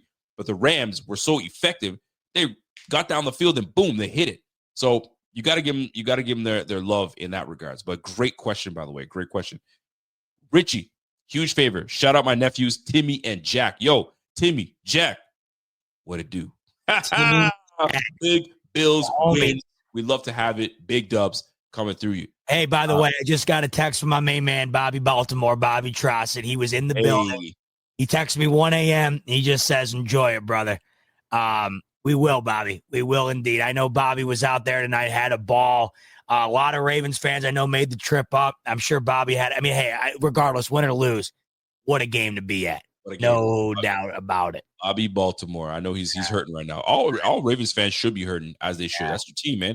Now you got to go in the offseason figuring out, like, yo, what the heck do we do? Do we bolster the O-line? Do we not have enough pass rush? How do we stop this? We don't have enough receivers. We need to get him some receivers. What do we do at tight end? But we have Isaiah Lucky and Andrews. Andrews is getting old. Look what happened to him. Bro, there's going to be a whole lot of that type of conversation happening. You know what's so crazy, Rico? Talk about it. The fact that the Ravens were 11-0 when Derrick Henry ran for 90, and he was guaranteed to hit 90 after that third quarter, and they still held him to 84. That stat line's crazy. Like, stats like that kill me, because it feels like it's a checkpoint to victory, right? Like, it just feels like that's a guarantee to get to a W. Guys, Derrick Henry, you mentioned it earlier, Rico. Saquon Barkley, the last time they played the Rams, he had 255, and he had 205 tonight. You know, the last time the Bills played Derrick Henry, he had $160 something? They cut him in half. That's right. Yes, he almost ran for 200 yards on us, man. He killed us. Dude, they cut it almost into a third tonight. That cannot be understated at all. Can't be. Big time. Brandon Wright says, I appreciate the Joe Brady sucking with the run. That's why Allen seemed mediocre. The three-headed monster we have were prime suspects for mediocrity. I'm going to disagree with that, man. I think he meant sticking with the run, Rico, instead of sucking there. So I appreciate Joe Brady sucking or sticking with. Oh, okay. Well, you know what? If he's saying sticking, that's a. I don't know. Is the U and the T are they all together? Anyway, it doesn't matter. Then you wouldn't put the with in there. No, you're right. I don't know. Brandon, clarify. No. He's throwing shade. He said, I appreciate Joe Brady sucking with the run. That's why Allen seemed mediocre. Okay. Or did he say sticking with the run? See, that's where the with is throwing me off. So maybe he meant sticking with the run because that's why Allen seemed mediocre. Right. The three-headed monster we have were prime suspects for mediocrity. Well, you're still throwing shade. You're still throwing shade whether we look at it or not. And this is where I disagree. I think those guys actually kept the Ravens balanced because although James Cook didn't have his best performance, but he was still plugging away. When Ray Davis got in there, positive yards. Okay, sticking with it. Thank you, Brandon. Appreciate you doing that, by the way. So sticking with the run, yes. But, I mean, you're still throwing shade a little bit because you're saying they're mediocre. I don't think they were mediocre. That was the best run-stopping defense in the league. And we were still able to put up just shy of 150 yards, 147 yards rushing today. So I think overall we did quite well to kind of keep them at bay, keep the time of possession on our side, and converting because that last run that sealed the game was a mediocre run by Ty Johnson that sealed the game and got us the victory. I'm just saying, brother. I'm just saying. So, by the way, hey, how about a tip of the cap to Ray Davis, who was questionable to even play? I thought he had a couple of big moments in this game, and Ty Johnson. Tip of the cap. Big time players, brother. Bada Bing Crosby. Lamar is a playoff turnover machine. I'd love to see what his stats are in terms of playoffs and how many balls he's turned, how many times he's turned the football over. That'd be crazy work. Brandon Rice says, horn for our trenches not getting pushed around. You know what? Fact. Big time fact, man. 2 games straight where we dominated the trenches, and we got to continue because those are 2 games that those boys were deemed to be the team that pushed people around. We were listen. You got me talking with a lisp. I said, listen up right now. I'll tell you something right here. Let me tell you something real quick here. But the Broncos had the best O-line in the league, or one of the top best O-lines in the league. They had the top defensive line in the league. We just faced a defense that's number 1 in run stopping. Bro, we're facing teams with great trenches. So we got to keep the movement going, man. You build through the trenches, and that's what exactly McDermott and them boys did. So kudos to these boys, man. Look at me. I'm still up. It's almost 2 o'clock in the morning. I got to work at 6. Let's roll. Let's keep rolling. Brady Green got tickets to KC with my dad. Buffalo is taking over. Buffalo all the way this time. Bro, Brady Green. Yo, you're going to love that. Go ahead. Bobby, you went to KC. Did you go to KC ever? I have not been to KC. No, it's on my bucket list, no doubt. I love it. Love it. City of losers, huh? Go Bills. Yo, city of losers. You hate that people put stuff on the bulletin board and make it worse for the team. Because that little city of losers thing probably permeated in that locker room. City of losers, we're going to show you city of losers. You feel me? So it's like sometimes outsiders just need to shut their asses up because you just wrote a check that the team couldn't cash. And we'll take it every time. Mr. Clayton comes in and says, stuck watching my sister's pets instead of celebrating at a bar. Though good thing my brother-in-law left a nicely stocked whiskey cabinet. Bro, go ahead and take some shots, bro. Go take some shots. But if you're gonna take some shots, try to replace with some water to make it seem like you didn't. But if he says, go ahead and go nuts, she go nuts, brother, go nuts. Richie Fresh says, boys, what I tell you, 59, baby, Chiefs getting humbled. I like it.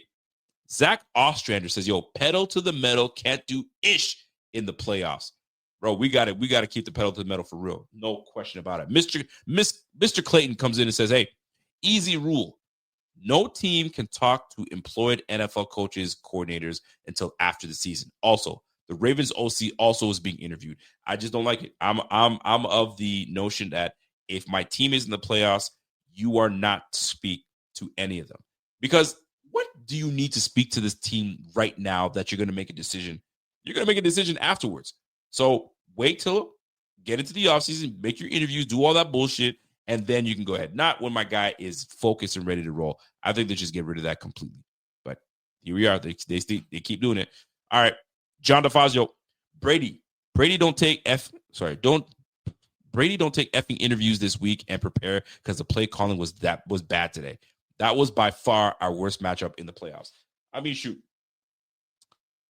we got the dub at the end of the day. Maybe he needs to get out, clear his head a little bit.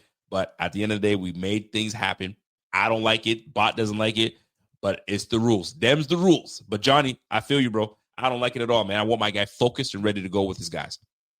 Buffalo Will says, yo, that TV peanut punch. Oh, that Terrell Bernard peanut punch on the Andrews in the middle of the field was the play of the game. Absolutely play of the game. Play of the year. It takes a level of awareness. I don't care who whoever the Madden guys are that give the Madden points. Terrell Bernard's awareness should be at least 88 or above. I don't know who plays Madden and who looks at it because I think I bought the Madden, but I never played it, not even once. But I needed it just to have Josh on the cover. But anyway, yeah, of course. I need to see what Terrell Bernard's rating is. If whoever knows Terrell Bernard's rating in terms of awareness, let me know what it is because I'm curious to see how that plays out. Our guy Walter, what's Walter saying? My man Walt's saying Lamar Jackson has the most turnovers in the postseason since. By the way, Walt's always coming in with the goods. Lamar Jackson has the most turnovers in the postseason since 2018. When the lights are brightest and you need a turnover, LJ is your guy. Cold. That is cold, but he's not right. He's not wrong. I mean, if he's leading it, I didn't know that. That's tough. That's a lot. That's a lot to deal with. And here's the thing: as much as nobody wants to. Dan Orlovsky, somebody had to lose and they had a great time. You're a loser if you think, bro, the stats are the stats. That's why people keep these stats, and they matter.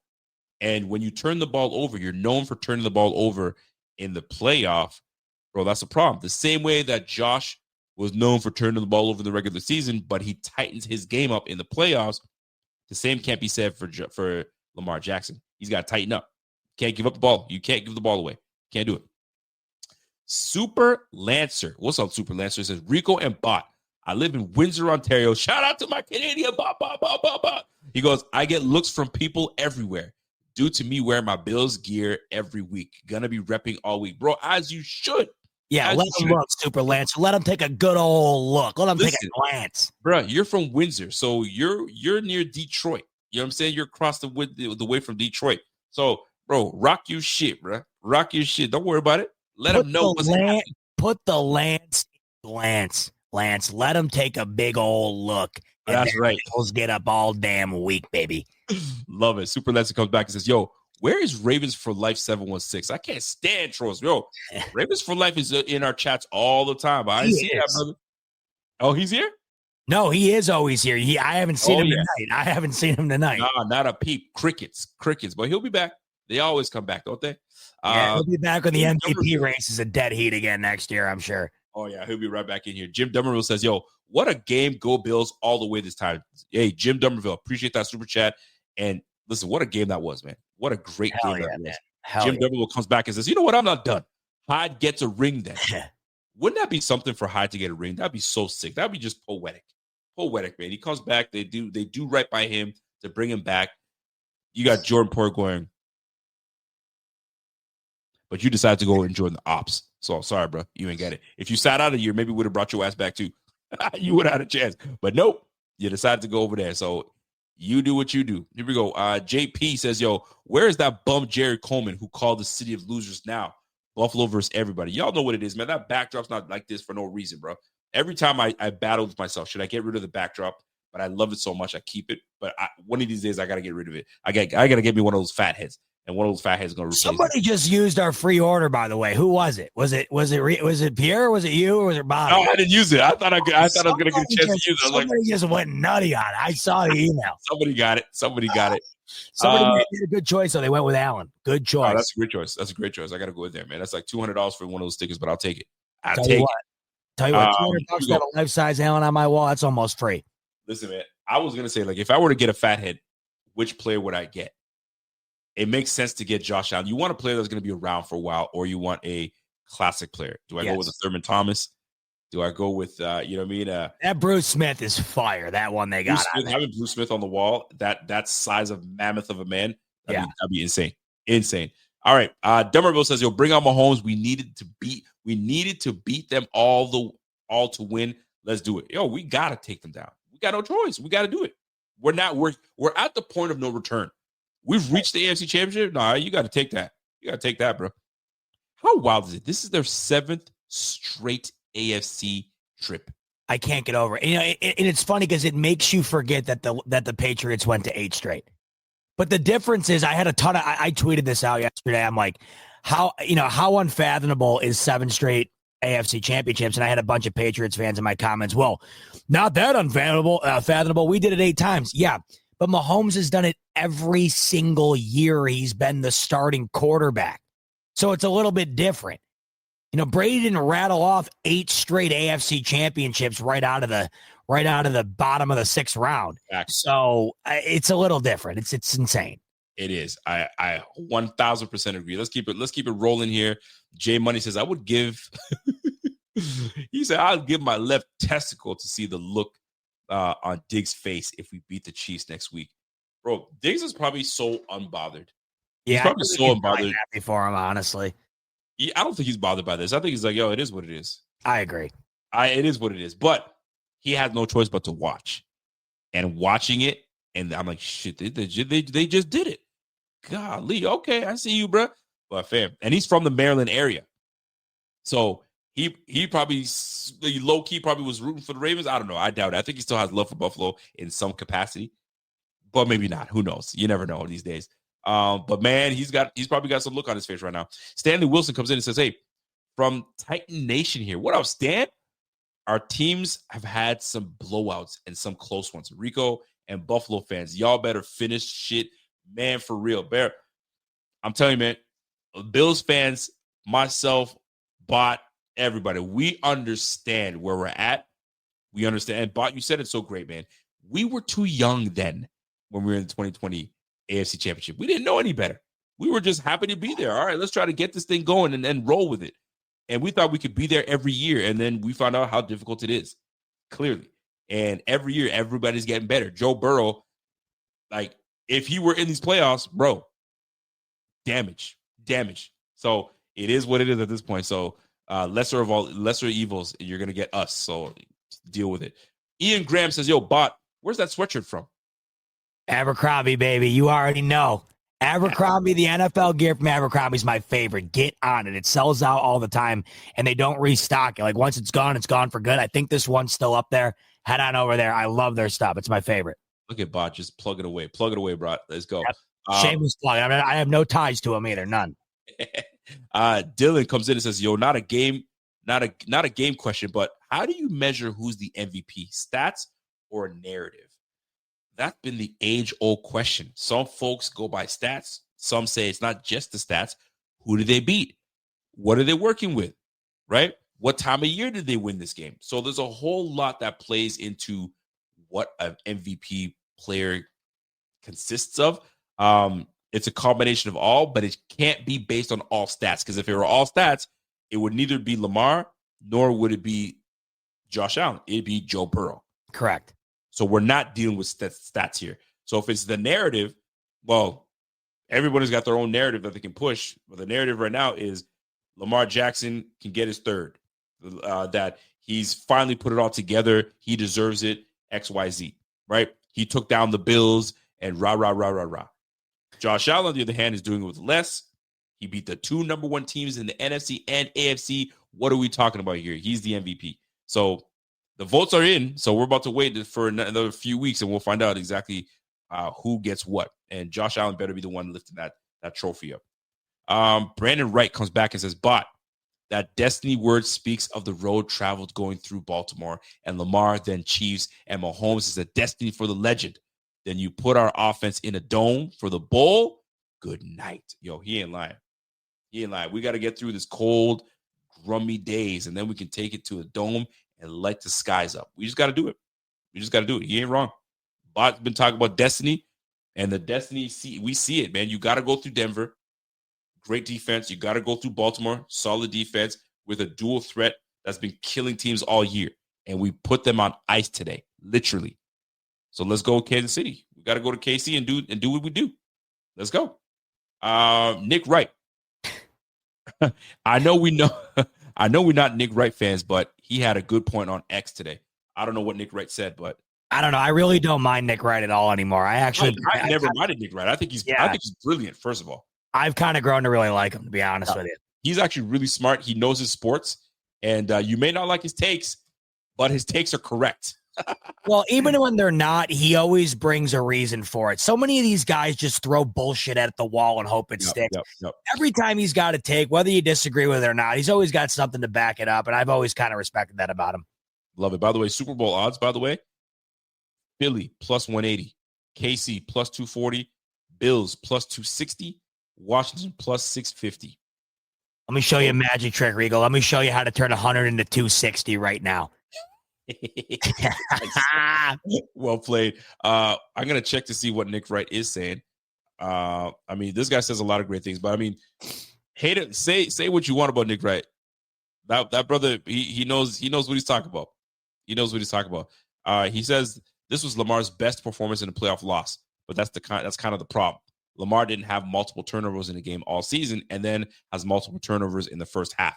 The last time he had multiple turnovers, AFC Championship game last year. Rico, go ahead and hit that bell for Nick Wright. He ain't wrong. Hey, by the way, this just in from our man KC Mule updating us. We just hit the 1,000 like mark on this. Biatch. Did we hit it? Let's go. Hit it. There it is. Let's keep it rolling. Let's keep it rolling. We're hot right now. So Signify Knows comes in and says, yo, Nick Wright, I read that tweet. He's got a lot of tweets out there that I got to go and take a look at. But Monday, listen, your ride home is going to be fantastic. You're going to have a fantastic ride home. Enjoy. I honestly, God, Rico, if I didn't have a few ciders in me, I might hop in the car right now and drive home. Honestly, God. Listen, man, you listen, great job, by the way. Super Lancer comes in and says, hey, I'm surrounded by Lions fans at my university here in Windsor, and will be wearing my gear every single day this week. If you don't hear from me, you know. Listen, Lions fans, bro. I feel so bad. I feel so bad. Dude, Campbell's face when he knew the inevitable was happening. Dude, he cried at the presser, bro. Oh, did he? He cried? Yeah. Missed it. Damn, I mean, dude, I love that guy. That's rough. That defense, it just had nothing left. It had nothing left at all. They gave you an impression when they faced the Vikings that they're back. They got it. Nah, frauds. Jared Goff also absolutely imploded too. He's my problem. It wasn't anything else. Jared Goff has these games where he can light you up and throw 5 picks, and they freaking still find a way to win. It's just like you can't turn the ball over like that, bro. And it was just too much. This is what we were talking about earlier. Like the difference between a guy like him and a guy like Allen and Lamar is you don't have to rely on gunning the ball down the field all game to win. I mean, you can just do different things, and and you have Jahmyr Gibbs, which is Jahmyr Gibbs is a great back. He played well. Oh man, and you throwing the ball like that? Like, get out of here, bro. But listen, you got to give your team that's up 45 points. Like they had to do it. That's the problem. They were doing it, man. Washington was that team. By the way, big shout out to Marlo. He goes, I'm a Ravens fan. I've been desensitized by these heartbreaks throughout my life. The Bills played a great game. Spread love, no hate. Go beat KC, bro. Let me tell you about desensitized, brother. No, we have felt pain like you've never felt pain before. I don't even have to tell you. Just look at this guy. Go back a few years ago and look at the video of this man. This man was an absolute mess. An absolute mess. That's desensitized right there. That's desensitized. Let me tell you, man. This man is an absolute mess. So we know about pain. Trust us. 4 straight Super Bowls, bro. We know. Believe me, 18 years of getting beat down by the same team, the Patriots, bro. We know. Trust me, we know. So hey, go ahead and give my man Marlo under your belt. They do. You're bullshitting. Give Marlo a super chat. Give him a bow though, because we love a bipartisan fan giving us some love. We love it. Let me give you a little love for that, man. Appreciate that. Always spread love, no hate, man. Always, hey, always. Marlo, we appreciate you. We appreciate you. We got a lot of respect for the Ravens, and that's a hell of a team the Bills just had to beat. So, no question about it. No question about it. By the way, we got Jordan Parkinson coming in with a big super chat. All he wanted to say, or she, was love y'all. Listen, man. All we want to do is talk about our team, and this is how great this is, man. I'll tell you right now, me and Bot, if we could do this full time and not have to worry about finances and just play and just talk on our team, bro. I already told wifey, if I get an opportunity, bro, I might. Well, you have a good job, I know, but I might still consider doing this full time and just doing what I love, bro. It's always great to be able to connect with people. You know what I mean? It's a great deal. So the fact that Jordan Parkinson, you came through and says, yo, I ain't got nothing to say. I just want to say I love y'all, man. Yo, here's a little something. Hold that. Appreciate you. That's love, man. Love that very much so. It's our favorite thing ever, especially on nights like this. We got a lot of love for all you guys. We all hope you know it. You gotta love it. You gotta love it. By the way, speaking of which, it's 1:30 a.m. We still got 4,300 rocking in the building right now. So the love could not be more mutual. Let's go, man. Let's go. Let's keep it rolling, man. David Ritz, if I should say. Much respect for Chiefs fans. I went to the 13 seconds game. Oh, bless your heart. Ugh. And so many looked me in the eye and said, wow, great game. We'll see you next year. And listen, man, sometimes respect is respect. When they see a game, that game was the best game I've ever seen. I thought the Raiders was it the Raiders and Saints game? No.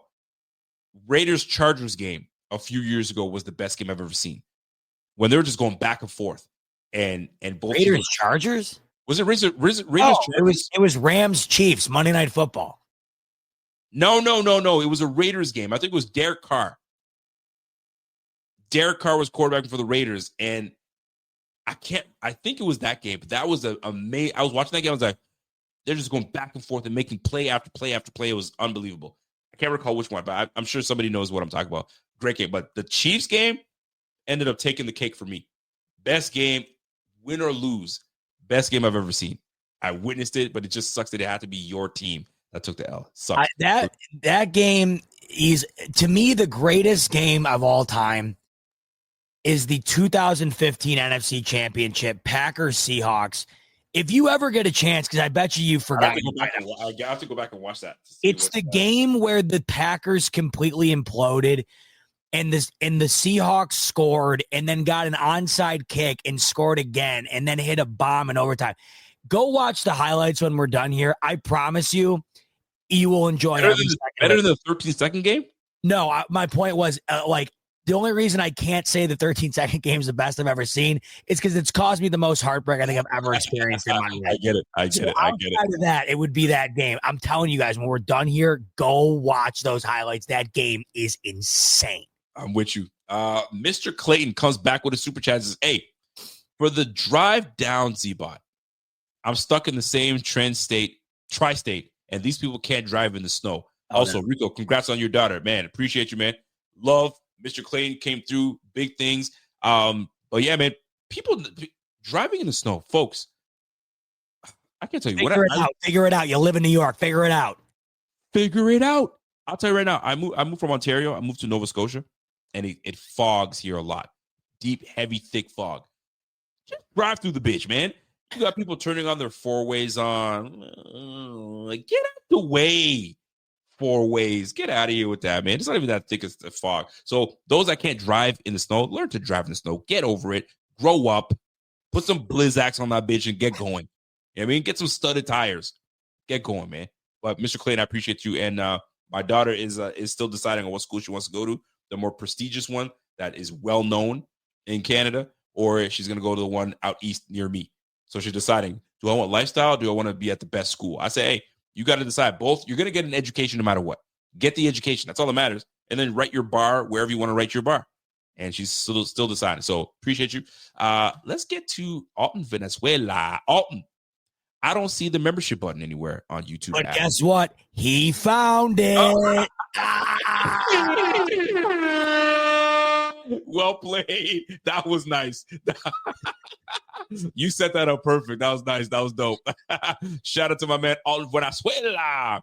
Appreciate you, big dog. Appreciate you. That was well played. Well played, brother. Dan Echo comes through and says, yo, boys, Third time this year, you missed my super chat. Golly, Dan, are we doing that to you like that?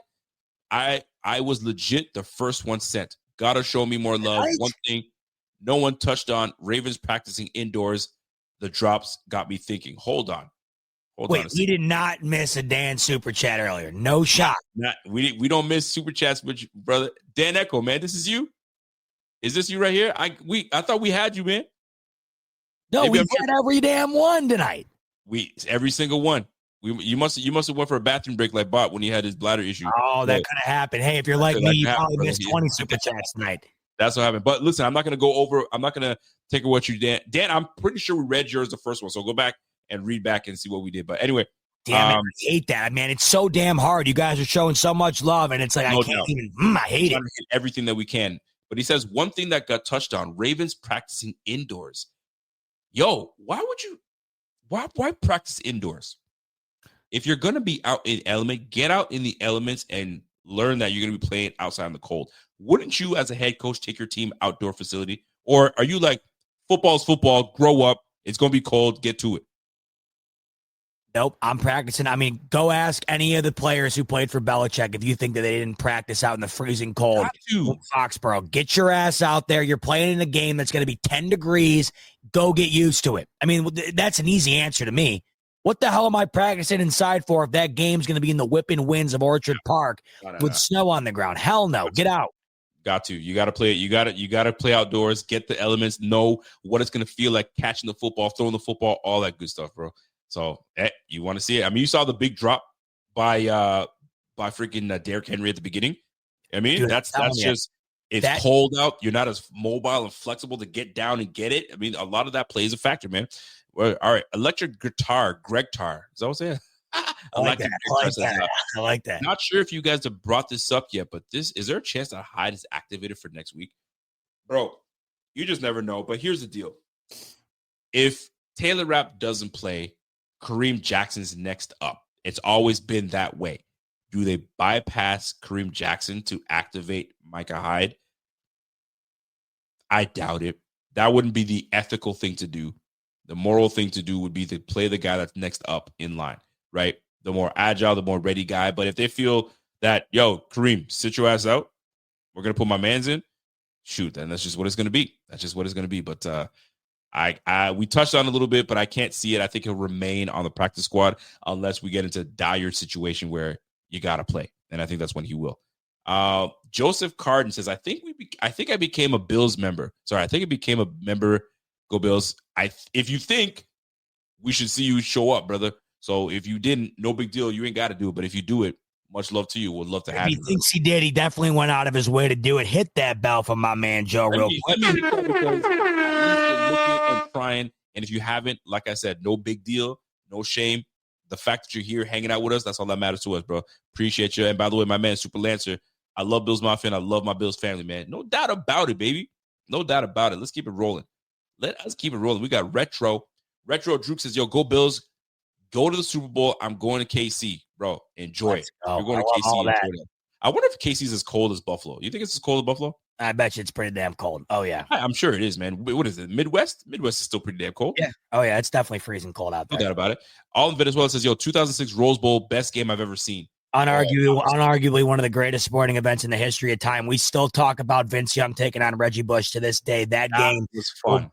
That game will forever have a spot in my mind. One of the greatest games of all time, no question. I remember watching that game and I was like, this football is the greatest sport ever. Nobody can tell me anything other than that. That's the greatest sport ever. Dude, 06 Reggie Bush. I mean, we're talking about one of the greatest athletes I've ever seen. Plus, that Texas Vince Young, off the charts. Just a crazy, crazy, crazy game. Nah, no question about it. By the way, Eric Peak, what up, Eric? What's happening, brother? He goes, at times in the past, we've criticized McDermott's defensive strategy of achieving DL pressure for the sake of pressure, but not caring about sacks more than that. Tonight, the example of it is working.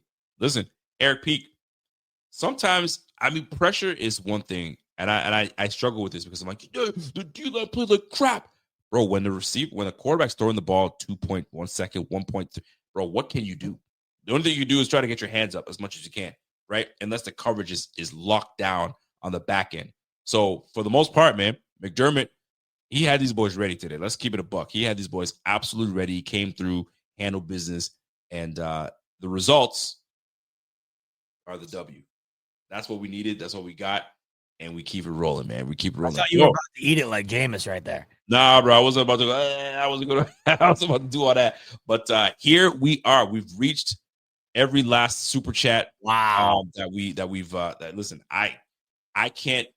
I'll speak on both of us. We can't be more thrilled than to be able to cover this team. You said it. Express ourselves, and this is therapy.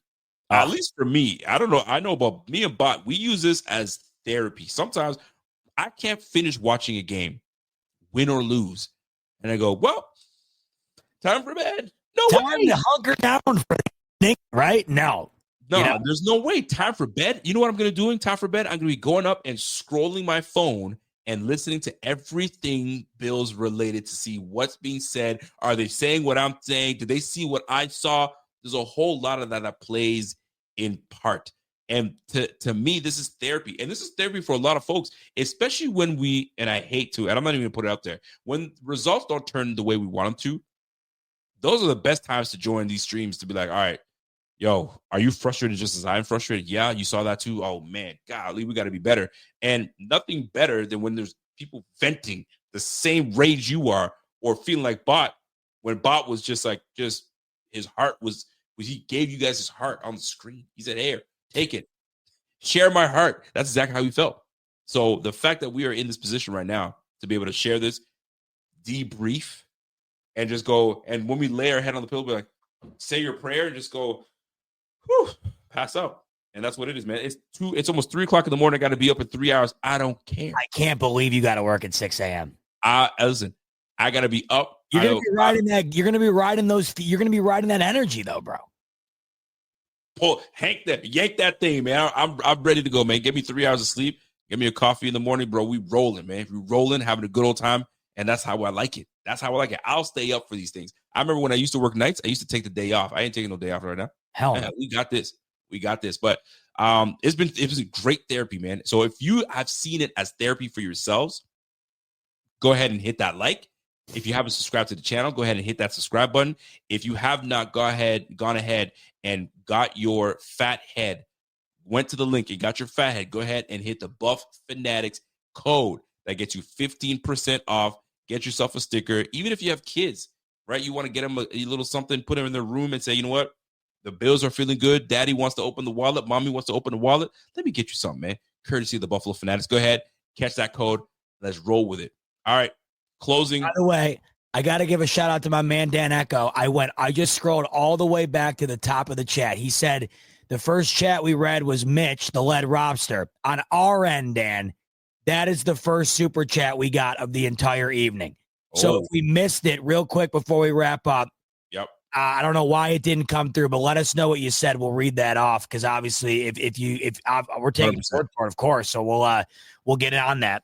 We have two more, by the way, here, and one of them's coming in from Isaac Bruning, and he's saying the Bills' comeback against the Oilers in the playoffs was a great game. Oh my God, yeah, of course. Greatest comeback in the history of the sport, man. I wish I was alive for it, but imagine to be at that game, and also imagine to be like, you know what, this game's over. I'm going home. And all you're hearing is on the radio, the Bills win it. What? Dude, I would be losing my shit. I always say this all the time. Everybody I talk to who is alive in the 90s says they were at that game. I mean, you would have thought that 10 million people were at that game. It's like the big fisherman's tale in Buffalo. Everybody thinks that they were at that game. But yeah, the amount of people, Rico, that bailed out of that stadium for that game, it has got to be in the thousands. No question about it. But man, even the highlights, I wasn't alive for it, but the highlights definitely, for me at least, it resonates just how unbelievable that game was. We got true two guns. Bills will be on kill mode next week. Rico, he's got the Bills winning by a 10 spot. I kind of like it. We are going to be on kill mode. Like, once you make it this far, that's it. We've been here before. We know what it feels like to not have the confetti fall on our faces. So we want the confetti to fall, and we say we're going to do snow angels and confetti. That's what we want.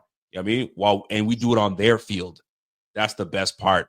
Do it right on their field. Ooh, boy, that's going to feel good.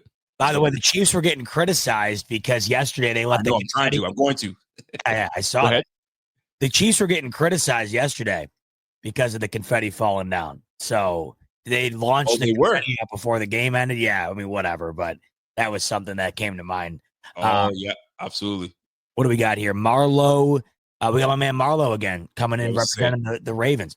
He's saying one thing about losses like these is that I find amazing channels like this.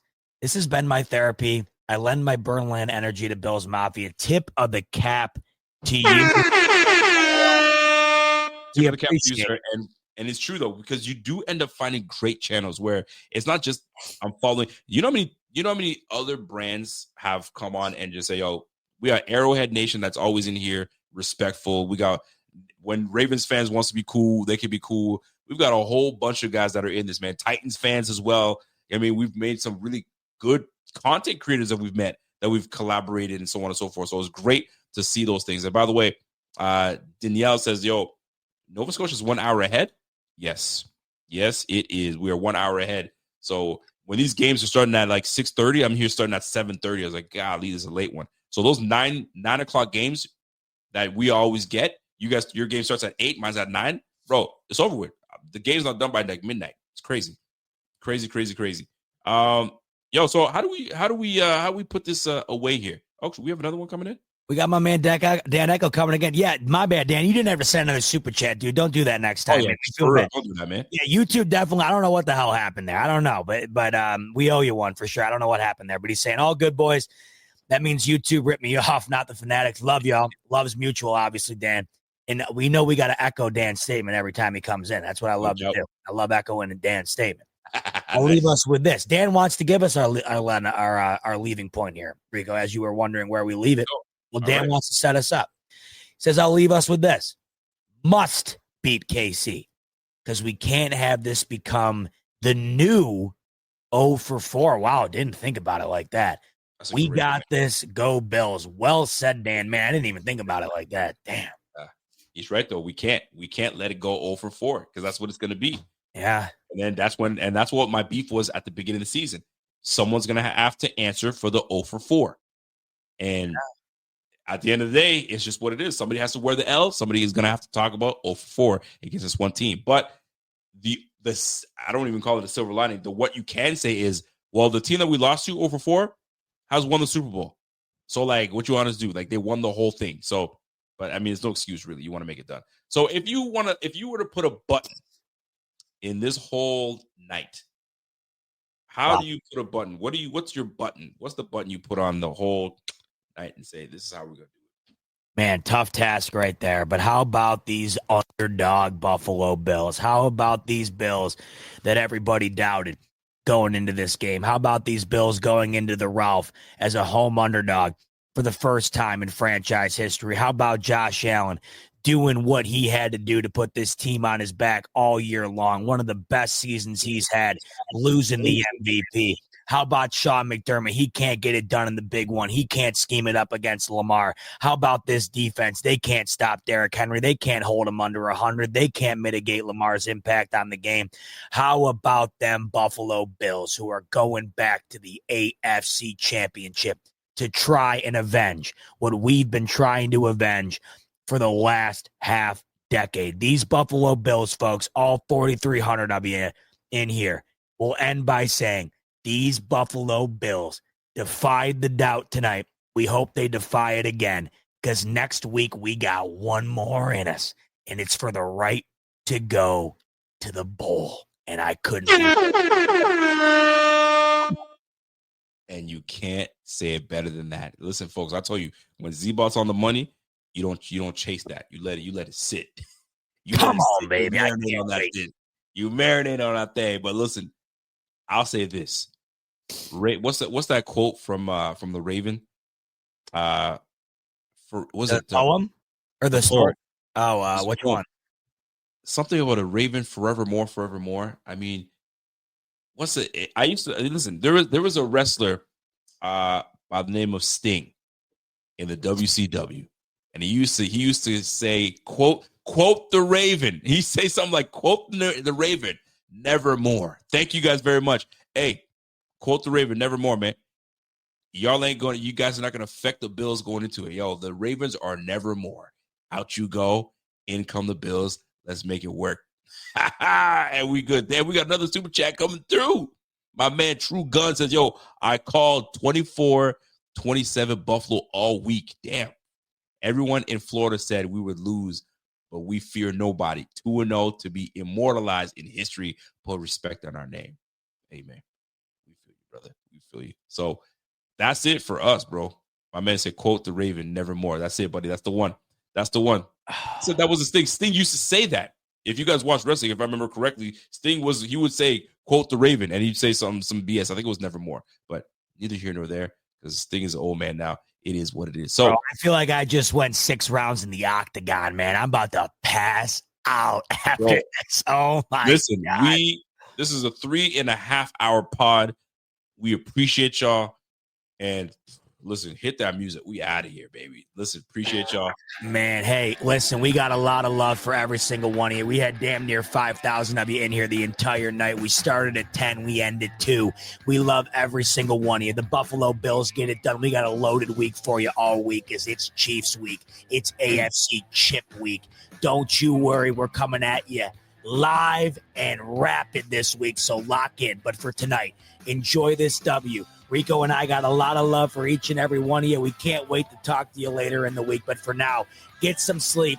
Enjoy your victory Monday. Talk soon, and go mother effing Bills. Go Bills, baby. If you're a maintenance supervisor at a manufacturing facility and your machinery isn't working right, Grainger knows you need to understand what's wrong as soon as possible. So when a conveyor motor falters, Grainger offers diagnostic tools like calibration kits and multimeters to help you identify and fix the problem.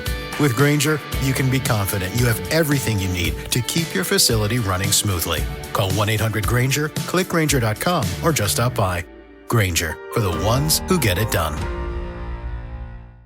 If you're a podcast host, listen up. This one's for you. My name is Allie Jackson. I'm the host of Finding Mr. Height, a dating and relationship podcast that I've been doing for 4 years now, sharing my positive and practical approach to dating that's built on my own life experience. And I wanted to share another experience that I've had, my secret behind monetizing my show. It's called Red Circle. And I was just telling my colleague about how much I love their platform. With Red Circle, not only am I getting a seamless hosting experience, but I also love the support I receive in ad sales. It's not just typical ad sales either. It's targeted opportunities based on my show and my life. And the platform is super simple. You just set your preferences and Red Circle matches you with sponsors that align with your show. You can vet every opportunity and their platform gives you great analytics. More recently too, my Red Circle team has brought me opportunities outside of my podcast on social media to really augment the podcast partnerships, bring them full circle. I just can't recommend them enough. If you want to give it a try, go to redcircle.com to get your free trial. That's redcircle.com for a free trial.